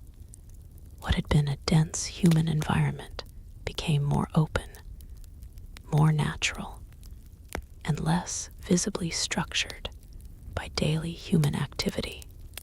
Yet the mounds themselves remained. That alone is significant.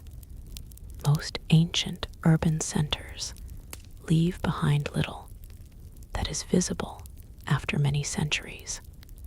Wood decays, organic materials return to soil, structures disappear entirely unless built from stone. Cahokia's earthen architecture, however, endured in a different way, not as living structures, but as shaped landforms that continued to rise above the floodplain long after the society that built them had changed. For later observers, these mounds became mysteries, large, carefully constructed earthworks without obvious explanation. Some early European settlers in the region struggled to understand their origin. They often assumed they must have been built by some unknown or ancient, lost civilization, unrelated to the native peoples they encountered.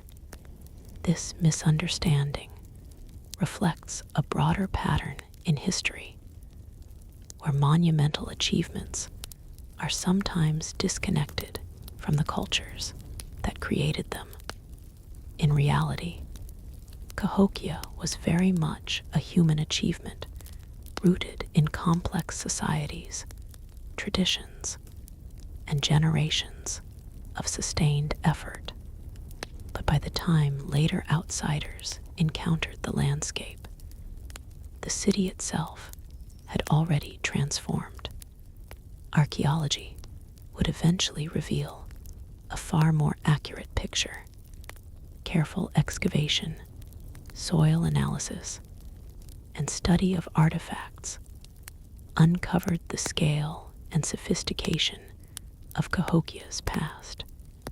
Evidence of planned urban organization, evidence of long-distance trade networks, evidence of ceremonial structures and social complexity, evidence of agricultural systems capable of supporting large populations. Piece by piece, the story of the city was reconstructed. What emerged was not a mystery of vanished civilization, but a clear example of one of the most advanced pre-Columbian urban centers in North America.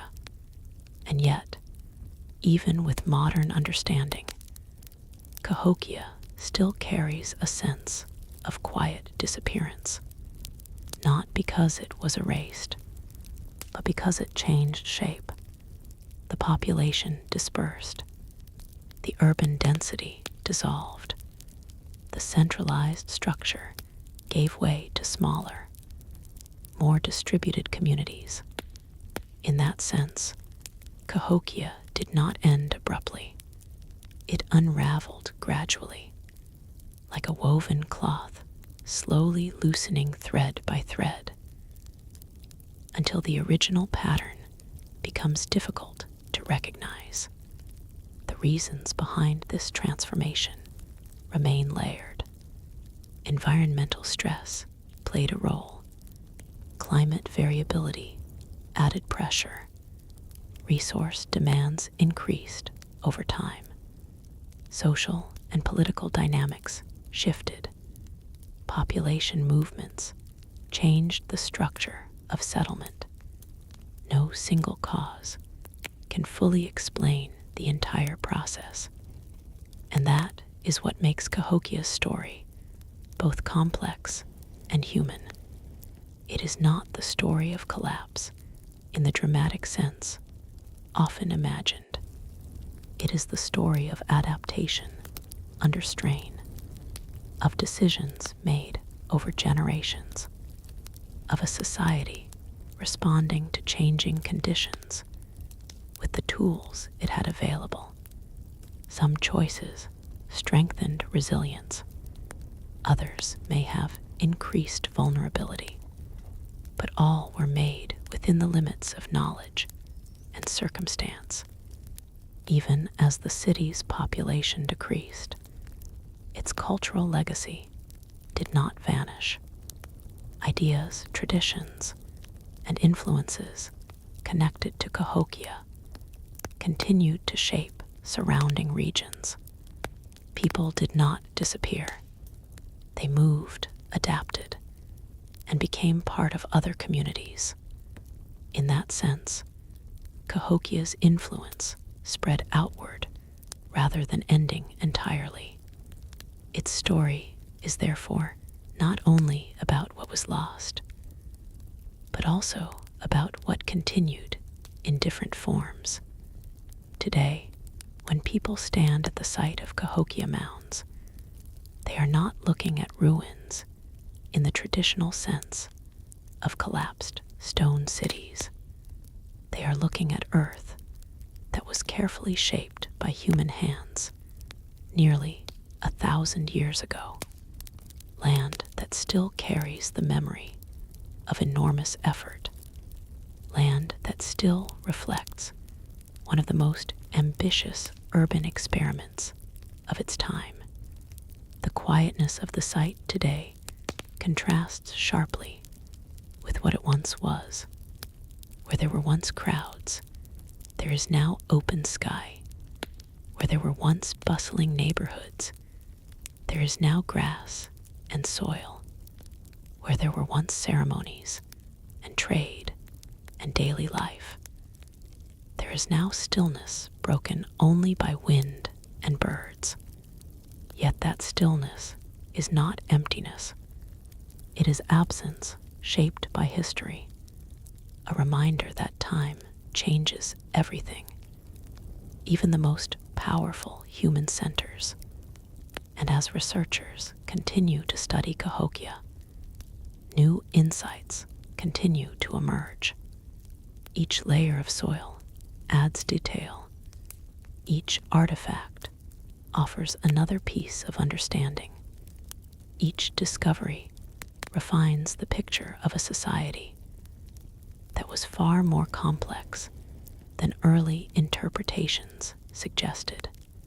The forgotten disaster of Cahokia is no longer entirely forgotten. It has been recovered in fragments, reconstructed through evidence, and reinterpreted through modern understanding.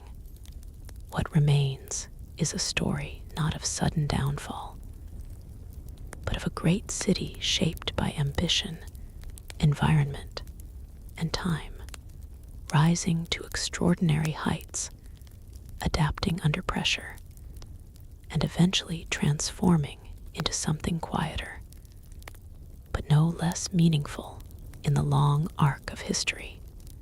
And in that long arc, Cahokia still stands not as it once was, but as a reminder of how deeply human societies are connected to the landscapes they build upon, and how every city, no matter how great, is part of a changing world that never stops moving forward.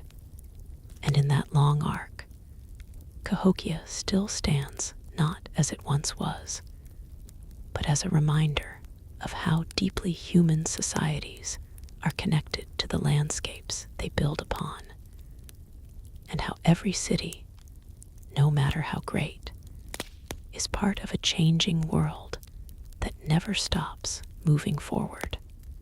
Even now, when silence settles over the mounds at dusk, it is possible to imagine echoes of the past layered beneath the present, not as literal sounds carried through time, but as traces of human presence embedded in the land itself.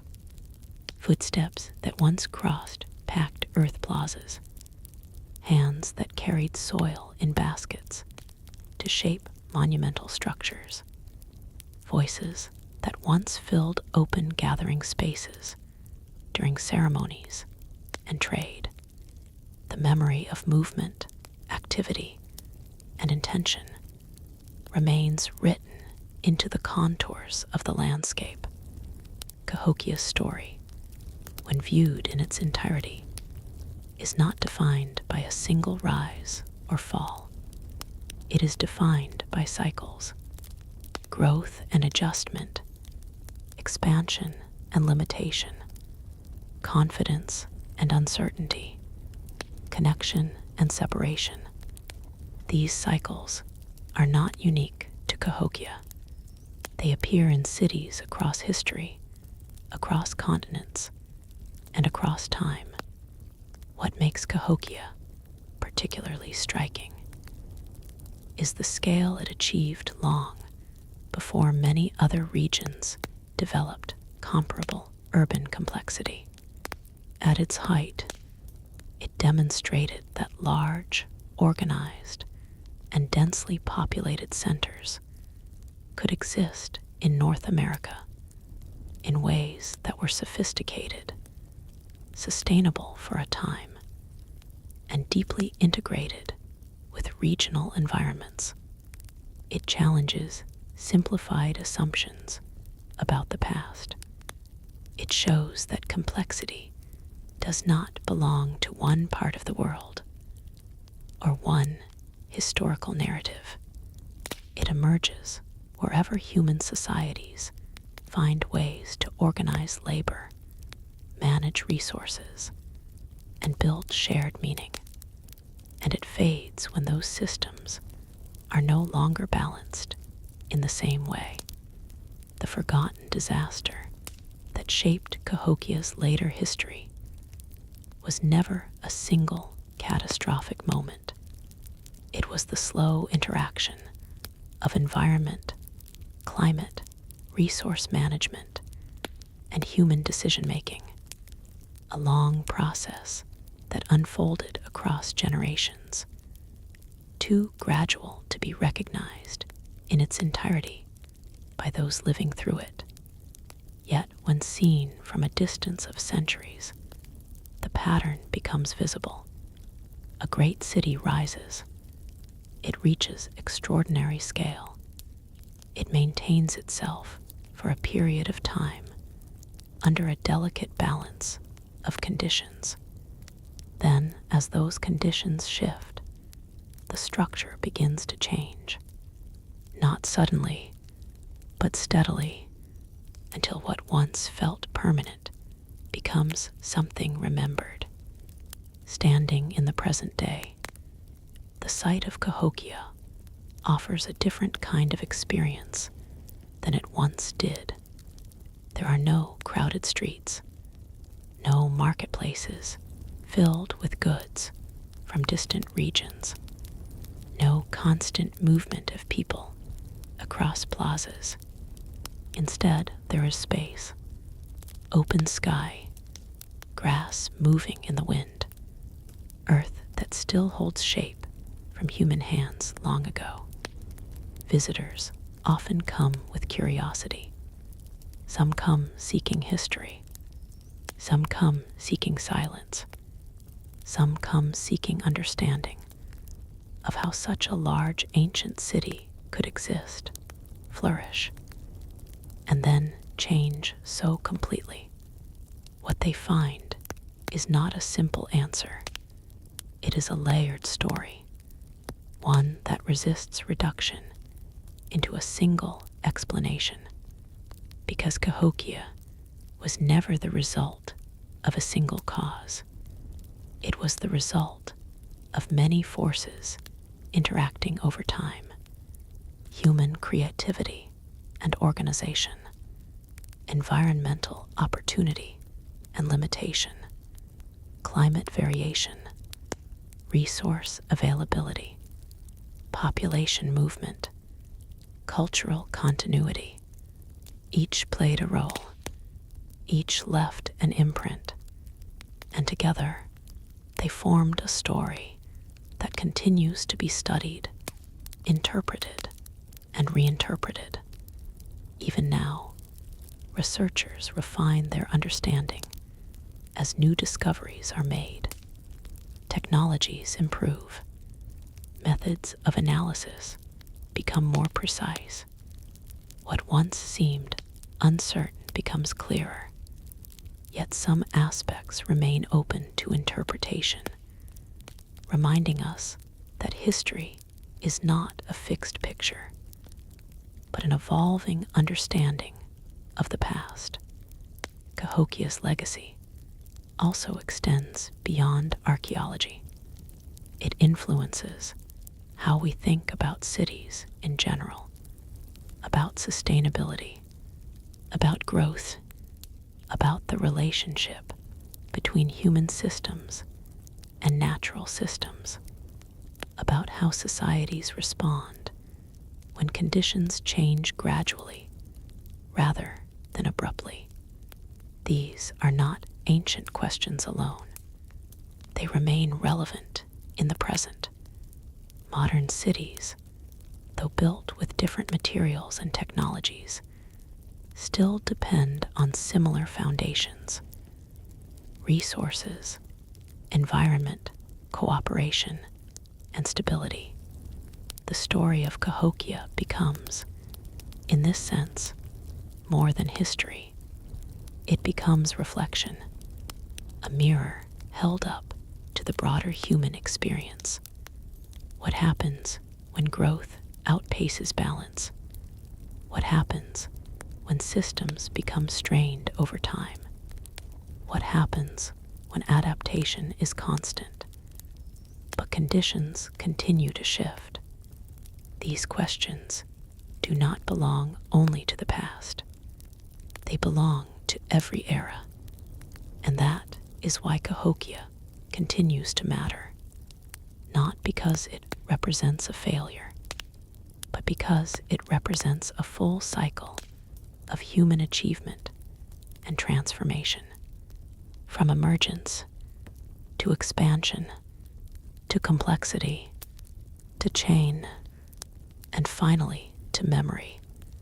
As the sun sets over the Mississippi floodplain, the mounds cast long shadows across the land. Those shadows shift with time, just as they always have. They are reminders that even the most enduring human creations exist within larger natural rhythms. Nothing remains fixed forever. Everything moves. Everything changes. And yet something still remains. The imprint of human presence. The evidence of intention. The story embedded in earth itself. Cahokia is gone as a city, but it continues as a lesson, a quiet, enduring reminder that history is not only about what rises, but also about what follows afterward, how it changes, how it disperses, and how it continues to echo long after the final structures of a civilization have softened back into the land that once sustained them. A quiet, enduring reminder that history is not only about what rises, but also about what follows afterward, how it changes, how it disperses, and how it continues to echo long after the final structures of a civilization have softened back into the land that once sustained them. And if you stand there long enough, listening to the wind move across the grass, it becomes easier to understand something that written records alone cannot fully capture. Cahokia was never truly lost in the sense of being erased. It was transformed. Its people did not vanish into nothingness. They became part of other communities, other landscapes, and other continuing stories that stretched far beyond the boundaries of the old city. The earthworks remained, but the the society that created them evolved into something more dispersed, less concentrated, and shaped by new conditions. Over time, memory and landscape separated. The physical structures stayed in place. The dense urban life did not. That separation is what later generations struggled to interpret. How could something so large exist, and yet no longer function in the same way? How could a city of such scale leave behind so few direct explanations in written form? The answer lies in the nature of time itself. Time does not preserve systems. It alters them, slowly at first, then more noticeably, until what was once immediate becomes distant. What was once normal becomes remarkable, and what was once lived becomes studied. Cahokia now exists in that studied form. It is reconstructed through fragments, through soil layers, through broken tools, through architectural remains, through patterns of settlement that reveal how people once moved across the land. Each discovery adds depth to the picture, but never completes it entirely. There is always more to learn, always more to interpret, always more questions left behind by the people who once lived within that vanished density of life. And perhaps that is fitting, because Cahokia itself was not static. It was dynamic. It changed over time. It responded to pressures. It adapted. It shifted. It reorganized. It eventually dispersed. So the way we understand it must also remain dynamic, open to revision, open to new insight, open to deeper understanding as evidence continues to emerge. What makes Cahokia especially powerful as a historical case is not only its size, but its humanity. It was built by people making decisions within the limits of their world. They did not see the entire future. They responded to the present. They worked with what they had. They built something extraordinary. And like all human creations, it existed within the boundaries of environment and time. In that sense, Cahokia is not an exception. It is a reflection, a reminder that every society, no matter how advanced or organized, exists in relationship with forces larger than itself. River systems, climate cycles, soil fertility, resource availability, population dynamics, cultural continuity. These forces do not determine history in a single line, but they shape the possibilities within which history unfolds. And when those possibilities change, societies change with them. Cahokia's transformation was not sudden. It was layered. It was gradual. It was shaped by countless small decisions and environmental shifts interacting over generations. That is why it is often described not as a collapse, but as a long transition, a shift from concentrated urban life to more dispersed forms of settlement, from monumental expansion to reduced but persistent cultural presence, from visible greatness to quieter endurance. Even today, researchers continue to refine this understanding. New methods of analysis, reveal more about agriculture, trade, and environmental conditions. Each layer of discovery adds nuance rather than finality, and that is appropriate because Cahokia itself was never simple. It was complex, it was adaptive, it was deeply interconnected with its surroundings. Standing at the site today, the experience is one of contrast. The stillness of the present sits against the memory of density. Open land replaces crowded neighborhoods. Wind replaces footsteps. Sky replaces smoke-filled horizons. But beneath that stillness lies continuity. The land still carries the imprint of human shaping. The mounds still rise, formed by collective effort long ago. The Mississippi still flows, as it did then, shaping and reshaping the world around it. Time has changed everything, but it has not erased everything. And in that balance between change and continuity, Cahokia continues to speak, not loudly, not in the way of active cities filled with sound and motion, but quietly, through form, through scale, through presence. It tells a story of what humans can build together and what happens when the conditions that support those creations gradually shift.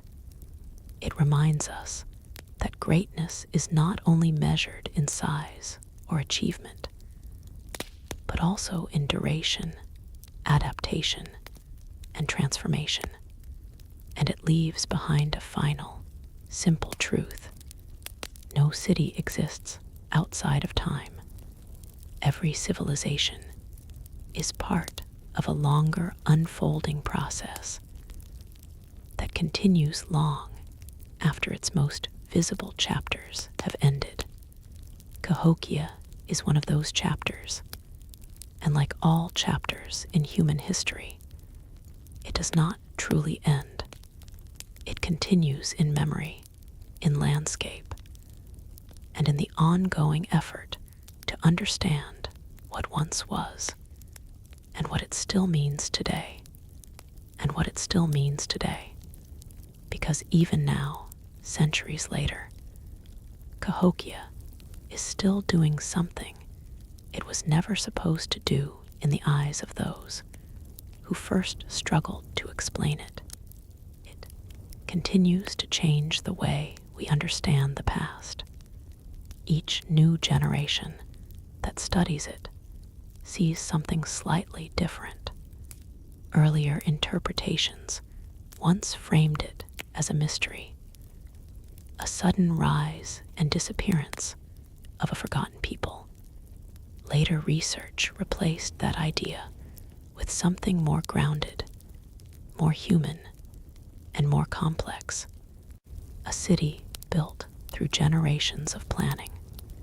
A society shaped by trade, agriculture, environment, and belief. A landscape carefully transformed through sustained effort and a long period of transition rather than a single moment of disappearance. This shift in understanding is important because Cahokia is not just a subject of history. It is also a subject of interpretation. What we think we know about it reflects the tools, assumptions, and perspectives of each era that studies it. That means Cahokia is, in a way, still evolving, not physically, but intellectually. It exists in the ongoing conversation between evidence and imagination, between discovery and explanation. And that conversation is never fully finished. Even the mounds themselves continue to offer new questions. Why were certain structures arranged in specific patterns? How exactly were social and political relationships organized at different stages of the city's development?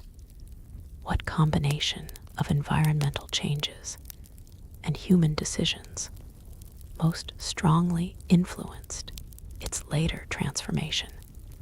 Each answer leads to another question. Each discovery opens another layer of complexity. This is what makes Cahokia so compelling in modern study. It is not a closed story. It is an open system of understanding, and standing at its site today reinforces that feeling. There are no final sounds left in the air, only interpretation shaped by silence. No markets remain, only the outlines of where movement once existed. No population fills the space, yet the scale of what once stood there is still visible in the land itself. The absence is not empty. It is structured. It carries form. It carries memory. And it invites reflection. What does it mean for a city of such size to fade without a single defining moment of destruction? What does it mean for thousands of people to gradually disperse rather than disappear? What does it mean for a landscape to shift from dense urban life to open quiet over generations? Cahokia does not answer these questions directly. Instead, it holds them, and that is perhaps its most powerful legacy, because it forces us to think beyond simple narratives of rise and fall, beyond the idea that history moves only in sharp turning points. Instead, it reveals something more continuous, more gradual, more human. Change does not always arrive with clarity. Sometimes it arrives through adjustment, through small decisions repeated across time, through environmental pressures that accumulate slowly, through communities adapting in ways that feel normal in the moment, but transformative in hindsight. Cahokia's forgotten disaster was never a single disaster at all. It was a long, unfolding process of balance, shifting over time. And once that balance changed, everything else followed in its own rhythm. Yet even after that transformation, something remained. The landscape, the memory embedded in earth, the evidence of human ambition and organization, the story of what was achieved when conditions aligned, and the lesson of what happens when they do not remain stable forever. Today, as researchers continue to walk among the mounds, measure the land, and study its layers, they are not simply looking backward. They are also looking inward at how societies form, how they expand, how they respond to pressure, and how they leave traces behind that outlast their original form. Cahokia becomes more than a site. It becomes a reflection of human possibility, both its strength and its fragility, and perhaps that is why it continues to be studied so deeply, not because it is fully understood, but because it never will be fully contained within a single explanation. It resists finality. It invites ongoing thought, and it remains, even now, a reminder that history is not a finished book. It is a continuing conversation, between the past and those who try to understand it. And in that conversation, Cahokia still speaks quietly, steadily, and without end. And in that conversation, Cahokia still speaks quietly, steadily, and without end. Because even after all the analysis, all the excavation, and all the theories, there remains something deeply human about what happened here that cannot be reduced to data alone. It is the feeling of a place that once held thousands of lives moving in coordination, now returned to silence, shaped only by wind and weather.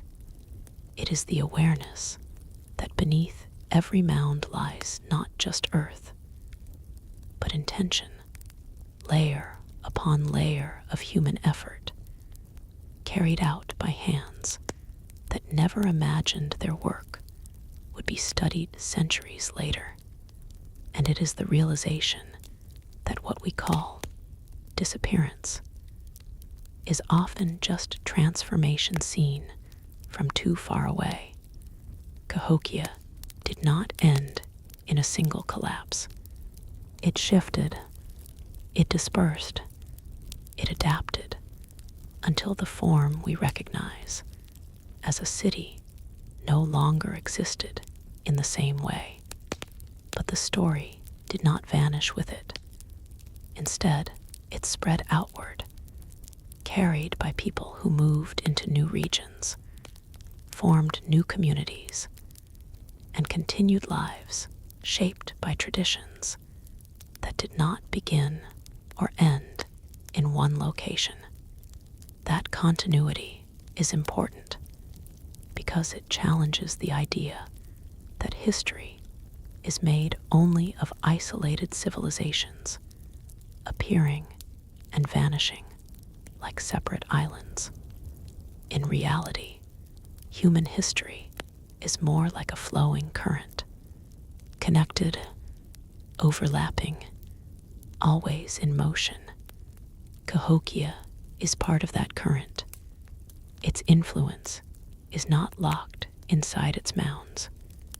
It is carried in cultural memory, in archaeological understanding, and in the broader recognition that complex societies existed in many forms long before modern narratives fully acknowledged them. And so, when we look back at Cahokia today, we are not simply observing ruins. We are engaging with a long process of human development that stretches across time. We are seeing what happens when environment, population, and organization align to create something extraordinary. And we are also seeing what happens when those same conditions change. There is no single lesson that Cahokia offers. Instead, there are many overlapping reflections about growth and limits, about stability and change, about how societies respond when conditions become uncertain, about how communities adapt when resources shift, about how landscapes carry the imprint of human decisions long after those decisions have faded from memory. Even the word forgotten in its story is complicated because Cahokia was never truly forgotten by everyone. It remained present in oral traditions, in regional awareness, and later in scholarly rediscovery. What changed was not its existence, but the level of understanding surrounding it. And that understanding continues to evolve. Each excavation adds detail. Each study refines interpretation. Each generation asks new questions that earlier researchers could not have imagined. In that sense, Cahokia is still active, not as a city of people, but as a subject of discovery. It continues to teach, not through movement or sound, but through evidence waiting to be read. The mounds themselves remain central to that process. They are not simply remnants. They are records, shaped landscapes that encode information about labor, organization, belief, and scale. Even after centuries of erosion and change, they still communicate something essential: that a large, organized society once existed here, and that it was capable of reshaping the land in ways that are still visible today. When seen from above, the arrangement of Cahokia becomes even more striking.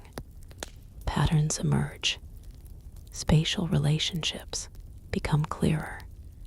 The intentional design of the city reveals itself in ways that ground-level observation alone cannot fully capture.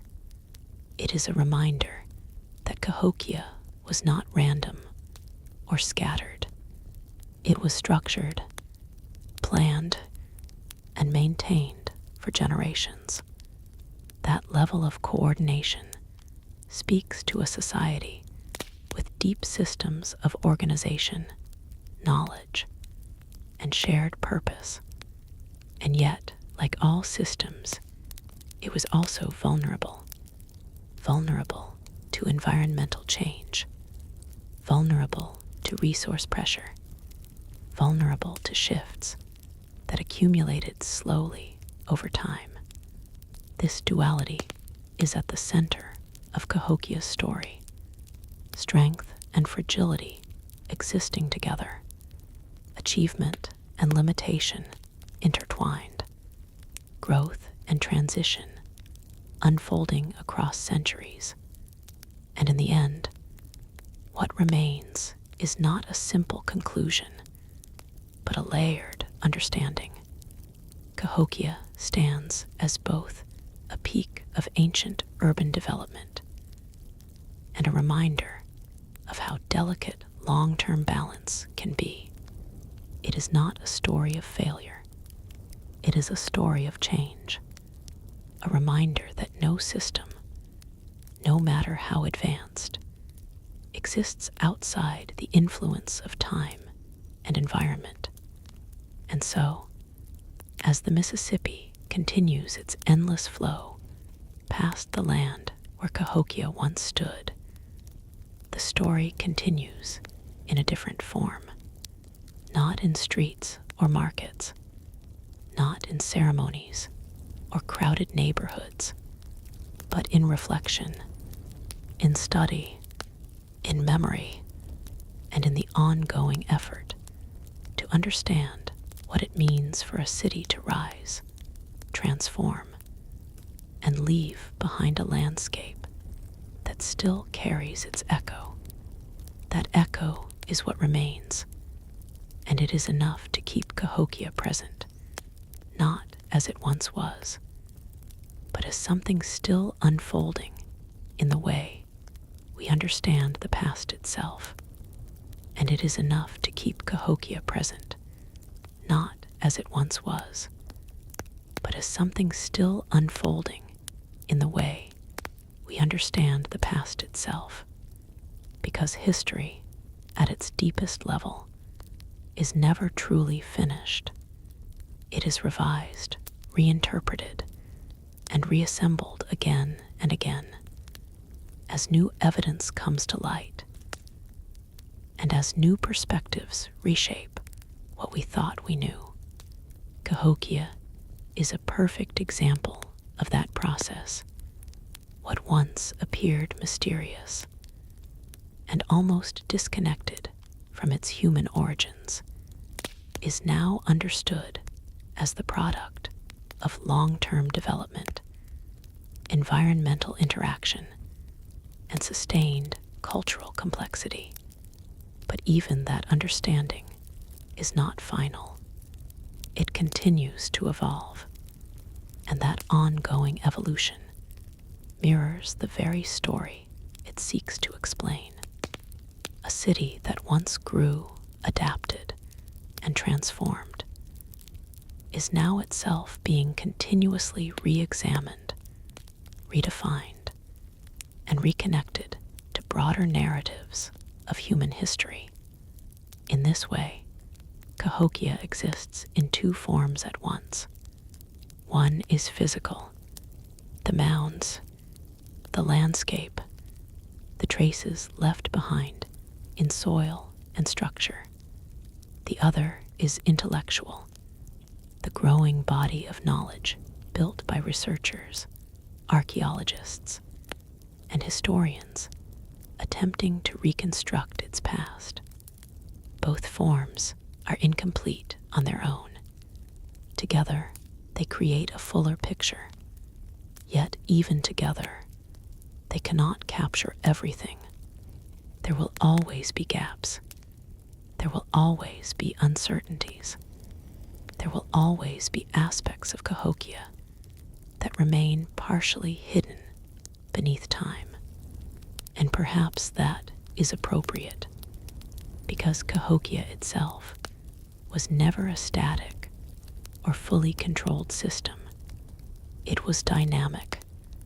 It changed as people made decisions within the limits of their environment and circumstances. It expanded, adjusted, and eventually dispersed under the pressure of shifting conditions. Its story resists a single definition, and that resistance is part of what makes it meaningful. When we look at Cahokia today, we are also looking at a reflection of broader human patterns, the rise of complex societies, the creation of large-scale infrastructure, the dependence on environmental stability, the impact of gradual change over long periods. These patterns are not unique to one place or one time. They appear repeatedly throughout human history. What makes Cahokia important is how clearly it expresses them in a single landscape, a landscape that still exists, still visible, still capable of teaching, even in silence, even in absence. There is something powerful about that silence. It is not emptiness. It is accumulation. Layers of human activity compressed into earth and memory. Layers that no longer move, but still hold form. Layers that speak, if only we know how to read them. And as modern study continues, new methods allow us to read more of that story than ever before. Advanced surveying techniques, soil analysis, remote sensing, comparative studies across regions. Each tool adds clarity. Each discovery refines interpretation. But none of them close the story completely, because Cahokia is not meant to be a closed story.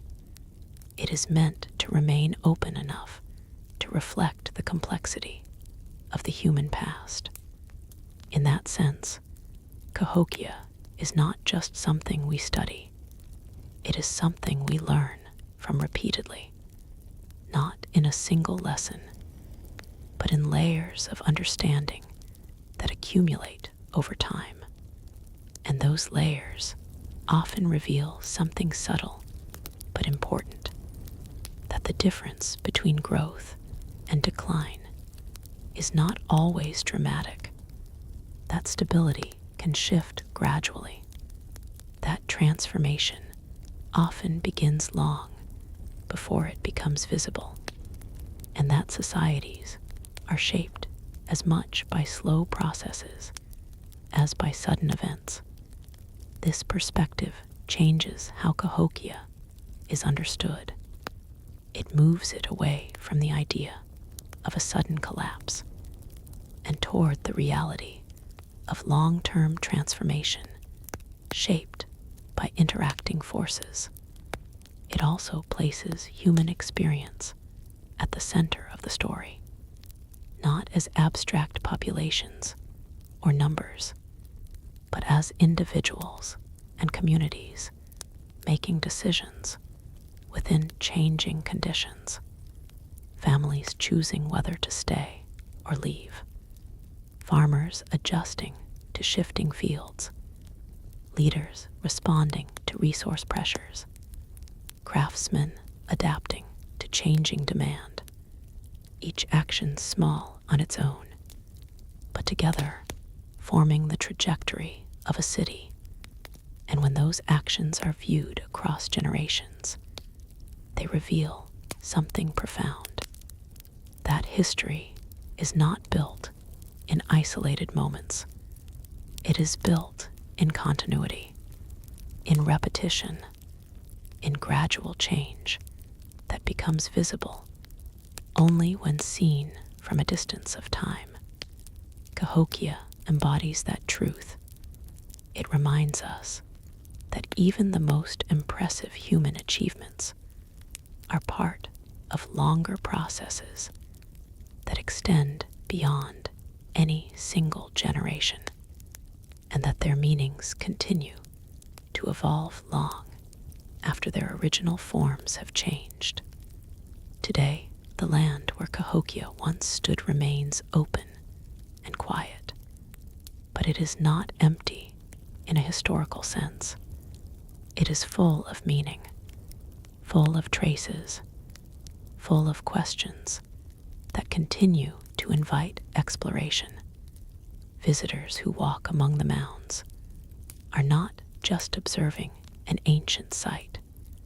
They are moving through a space shaped by thousands of years of human interaction, a space where the past is not gone, but present in a different form, not active, but still expressive, still significant, still capable of reminding us that human history is not a straight line, but a layered landscape of rise, transformation, and continuity. And so Cahokia remains, even now, part of that landscape, not as a city of people, but as a city of memory, a place where earth, time, and human effort meet, and where the forgotten disaster is no longer forgotten at all, but understood as part of a much larger and ongoing story of what it means for societies to exist within a changing world, and where the forgotten disaster is no longer forgotten at all, but understood as part of a much larger and ongoing story of what it means for societies to exist within a changing world. At this point in the story, there is no single turning moment left to describe, no final event that neatly closes Cahokia's history. Instead, what remains is a long aftermath that stretches across centuries, a landscape that continues to exist, even as the society that once defined it has shifted into different forms, and a memory that grows more detailed with each generation that studies it. The disappearance of Cahokia as a dense urban center did not erase its significance. It changed the way that significance is expressed. Once it was expressed through scale, through movement, through population density and monumental construction. Now it is expressed through absence, through what remains visible in the land, through what has been recovered by archaeology, through what has been reinterpreted by modern understanding. This shift from presence to interpretation is one of the most important aspects of Cahokia's legacy, because it demonstrates that civilizations do not simply end. They transform into evidence. They become part of the ground beneath future generations. They become questions waiting to be asked, and answers that continue to evolve. In this way, Cahokia is still active in a broader sense, not as a living city, but as a continuing source of knowledge. Every excavation uncovers something new. Every study refines previous assumptions. Every generation brings fresh perspective to the same landscape. And so the story does not close. It expands outward, much like the influence Cahokia once held across its region. Its legacy now spreads through understanding rather than population, through research rather than settlement, through memory rather than occupation. There is also something deeply human in the way Cahokia persists in this form. It reflects the way people remember, not as fixed snapshots, but as evolving interpretations shaped by time, distance, and new information. What was once seen as mystery is now seen as complexity. What was once thought of as disappearance is now understood as transformation. What was once framed as an ending is now recognized as a transition. And that shift in perspective is itself part of Cahokia's story, because it shows that history is not only about what happened in the past, it is also about how the past is understood in the present. Each generation constructs its own version of Cahokia based on the tools and knowledge available to it. Earlier interpretations filled gaps with assumptions. Modern interpretations rely more on evidence, but still acknowledge uncertainty. Future interpretations will likely refine this understanding even further. In that sense, Cahokia continues to change, not physically, but intellectually, and that ongoing change is what keeps it alive within historical study. Standing in the present, the mounds remain the most direct connection to that past world. They are shaped earth that has survived centuries of wind, rain, and time.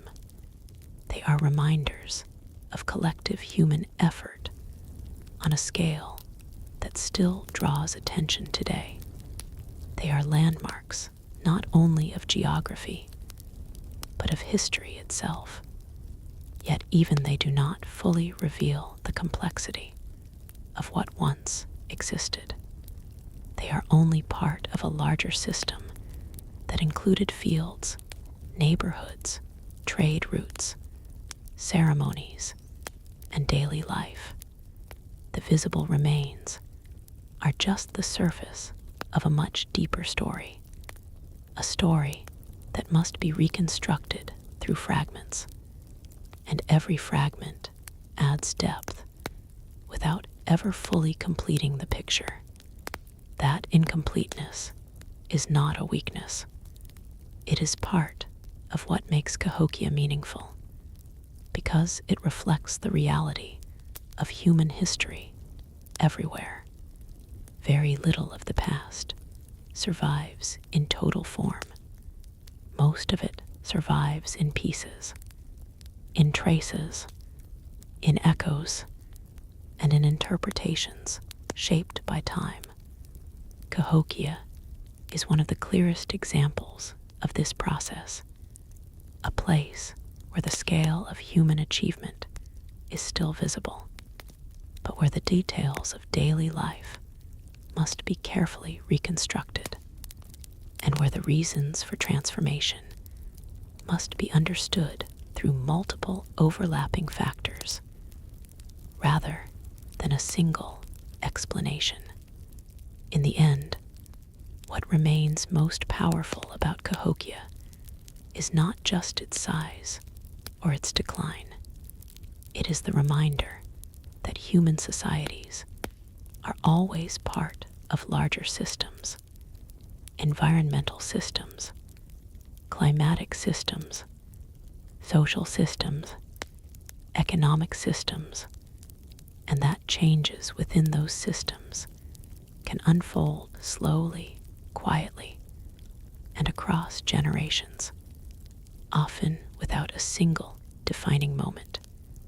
That is the lesson Cahokia leaves behind, not of sudden disappearance, but of gradual transformation and of continuity within change.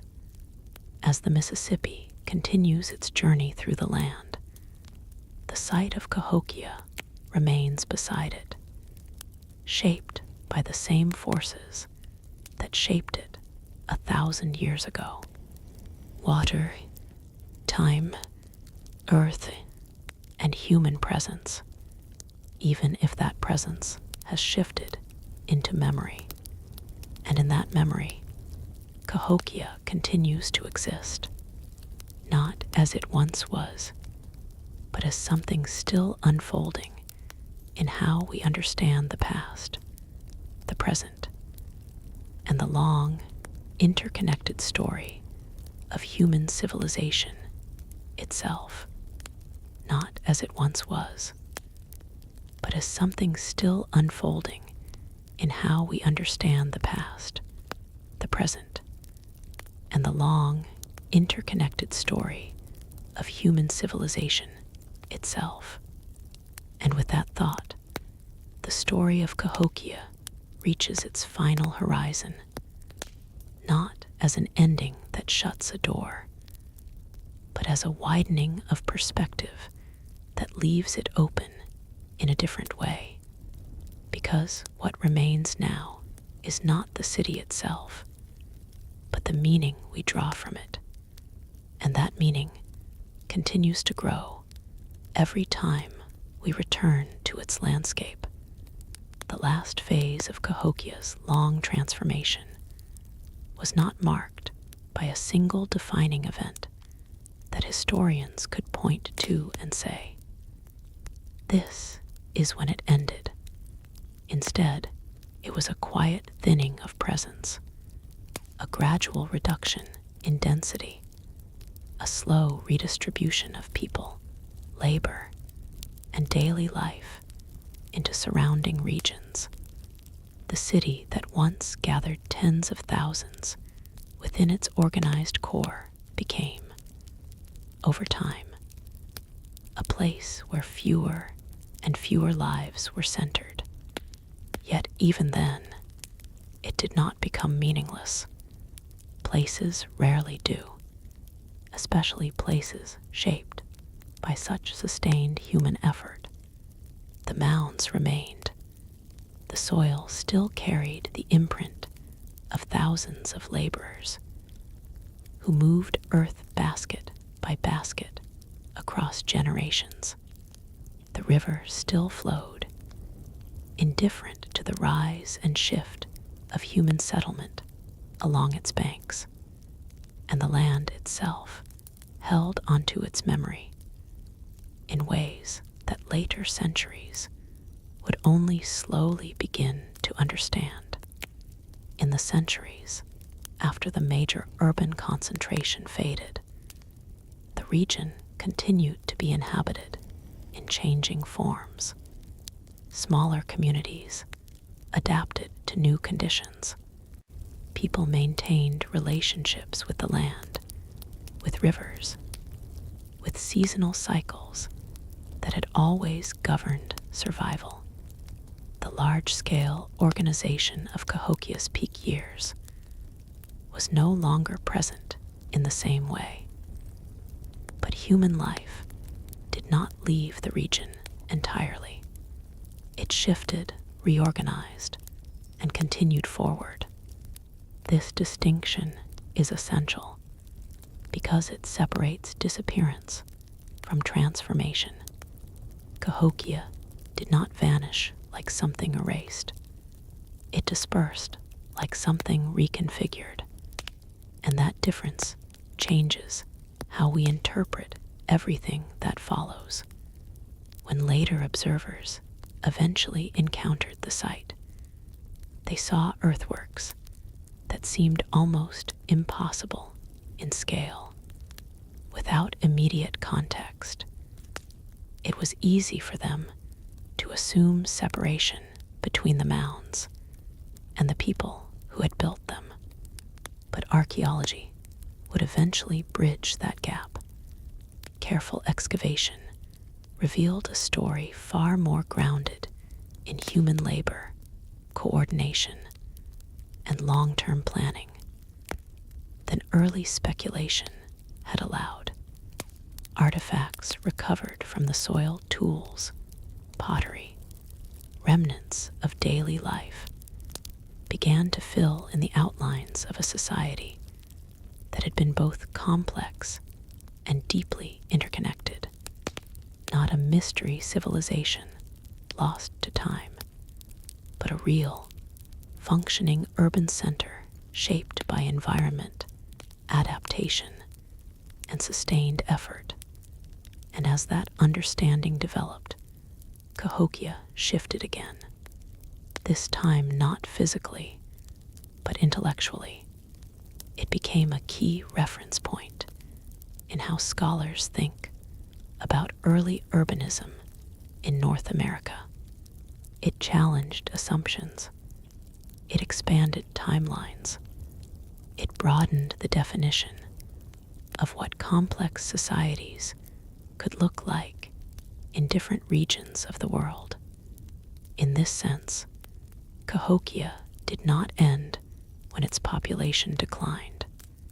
It entered a new phase of existence within human understanding, a phase defined not by habitation, but by interpretation.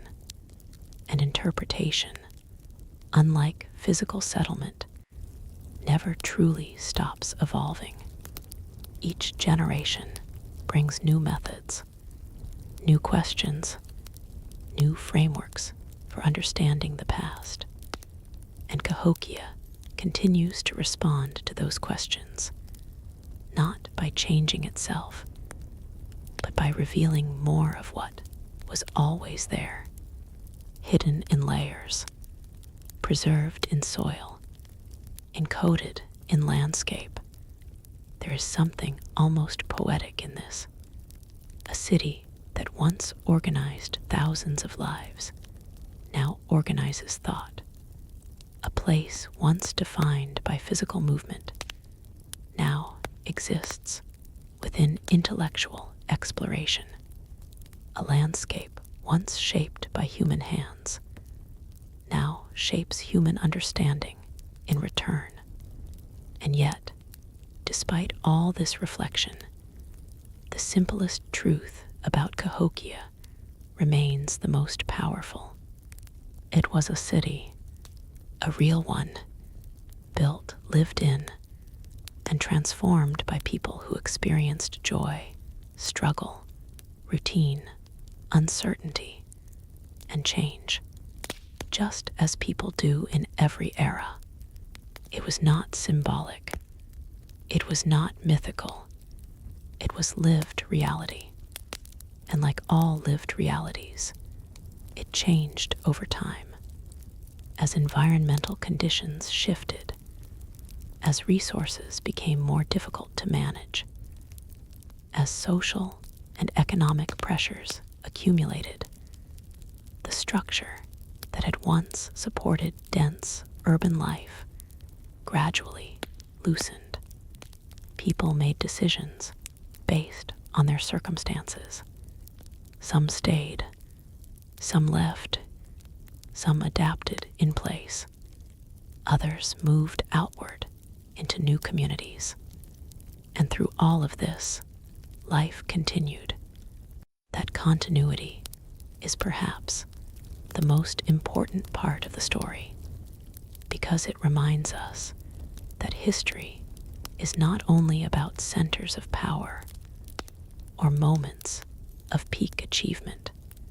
It is also about adaptation, about movement, about the quiet ways societies respond when conditions change slowly over time. Cahokia's legacy, then, is not simply its size or its complexity. It is its demonstration that human societies are always in relationship with their environment, and that this relationship is never fixed. It shifts, it adjusts, it redefines itself again and again.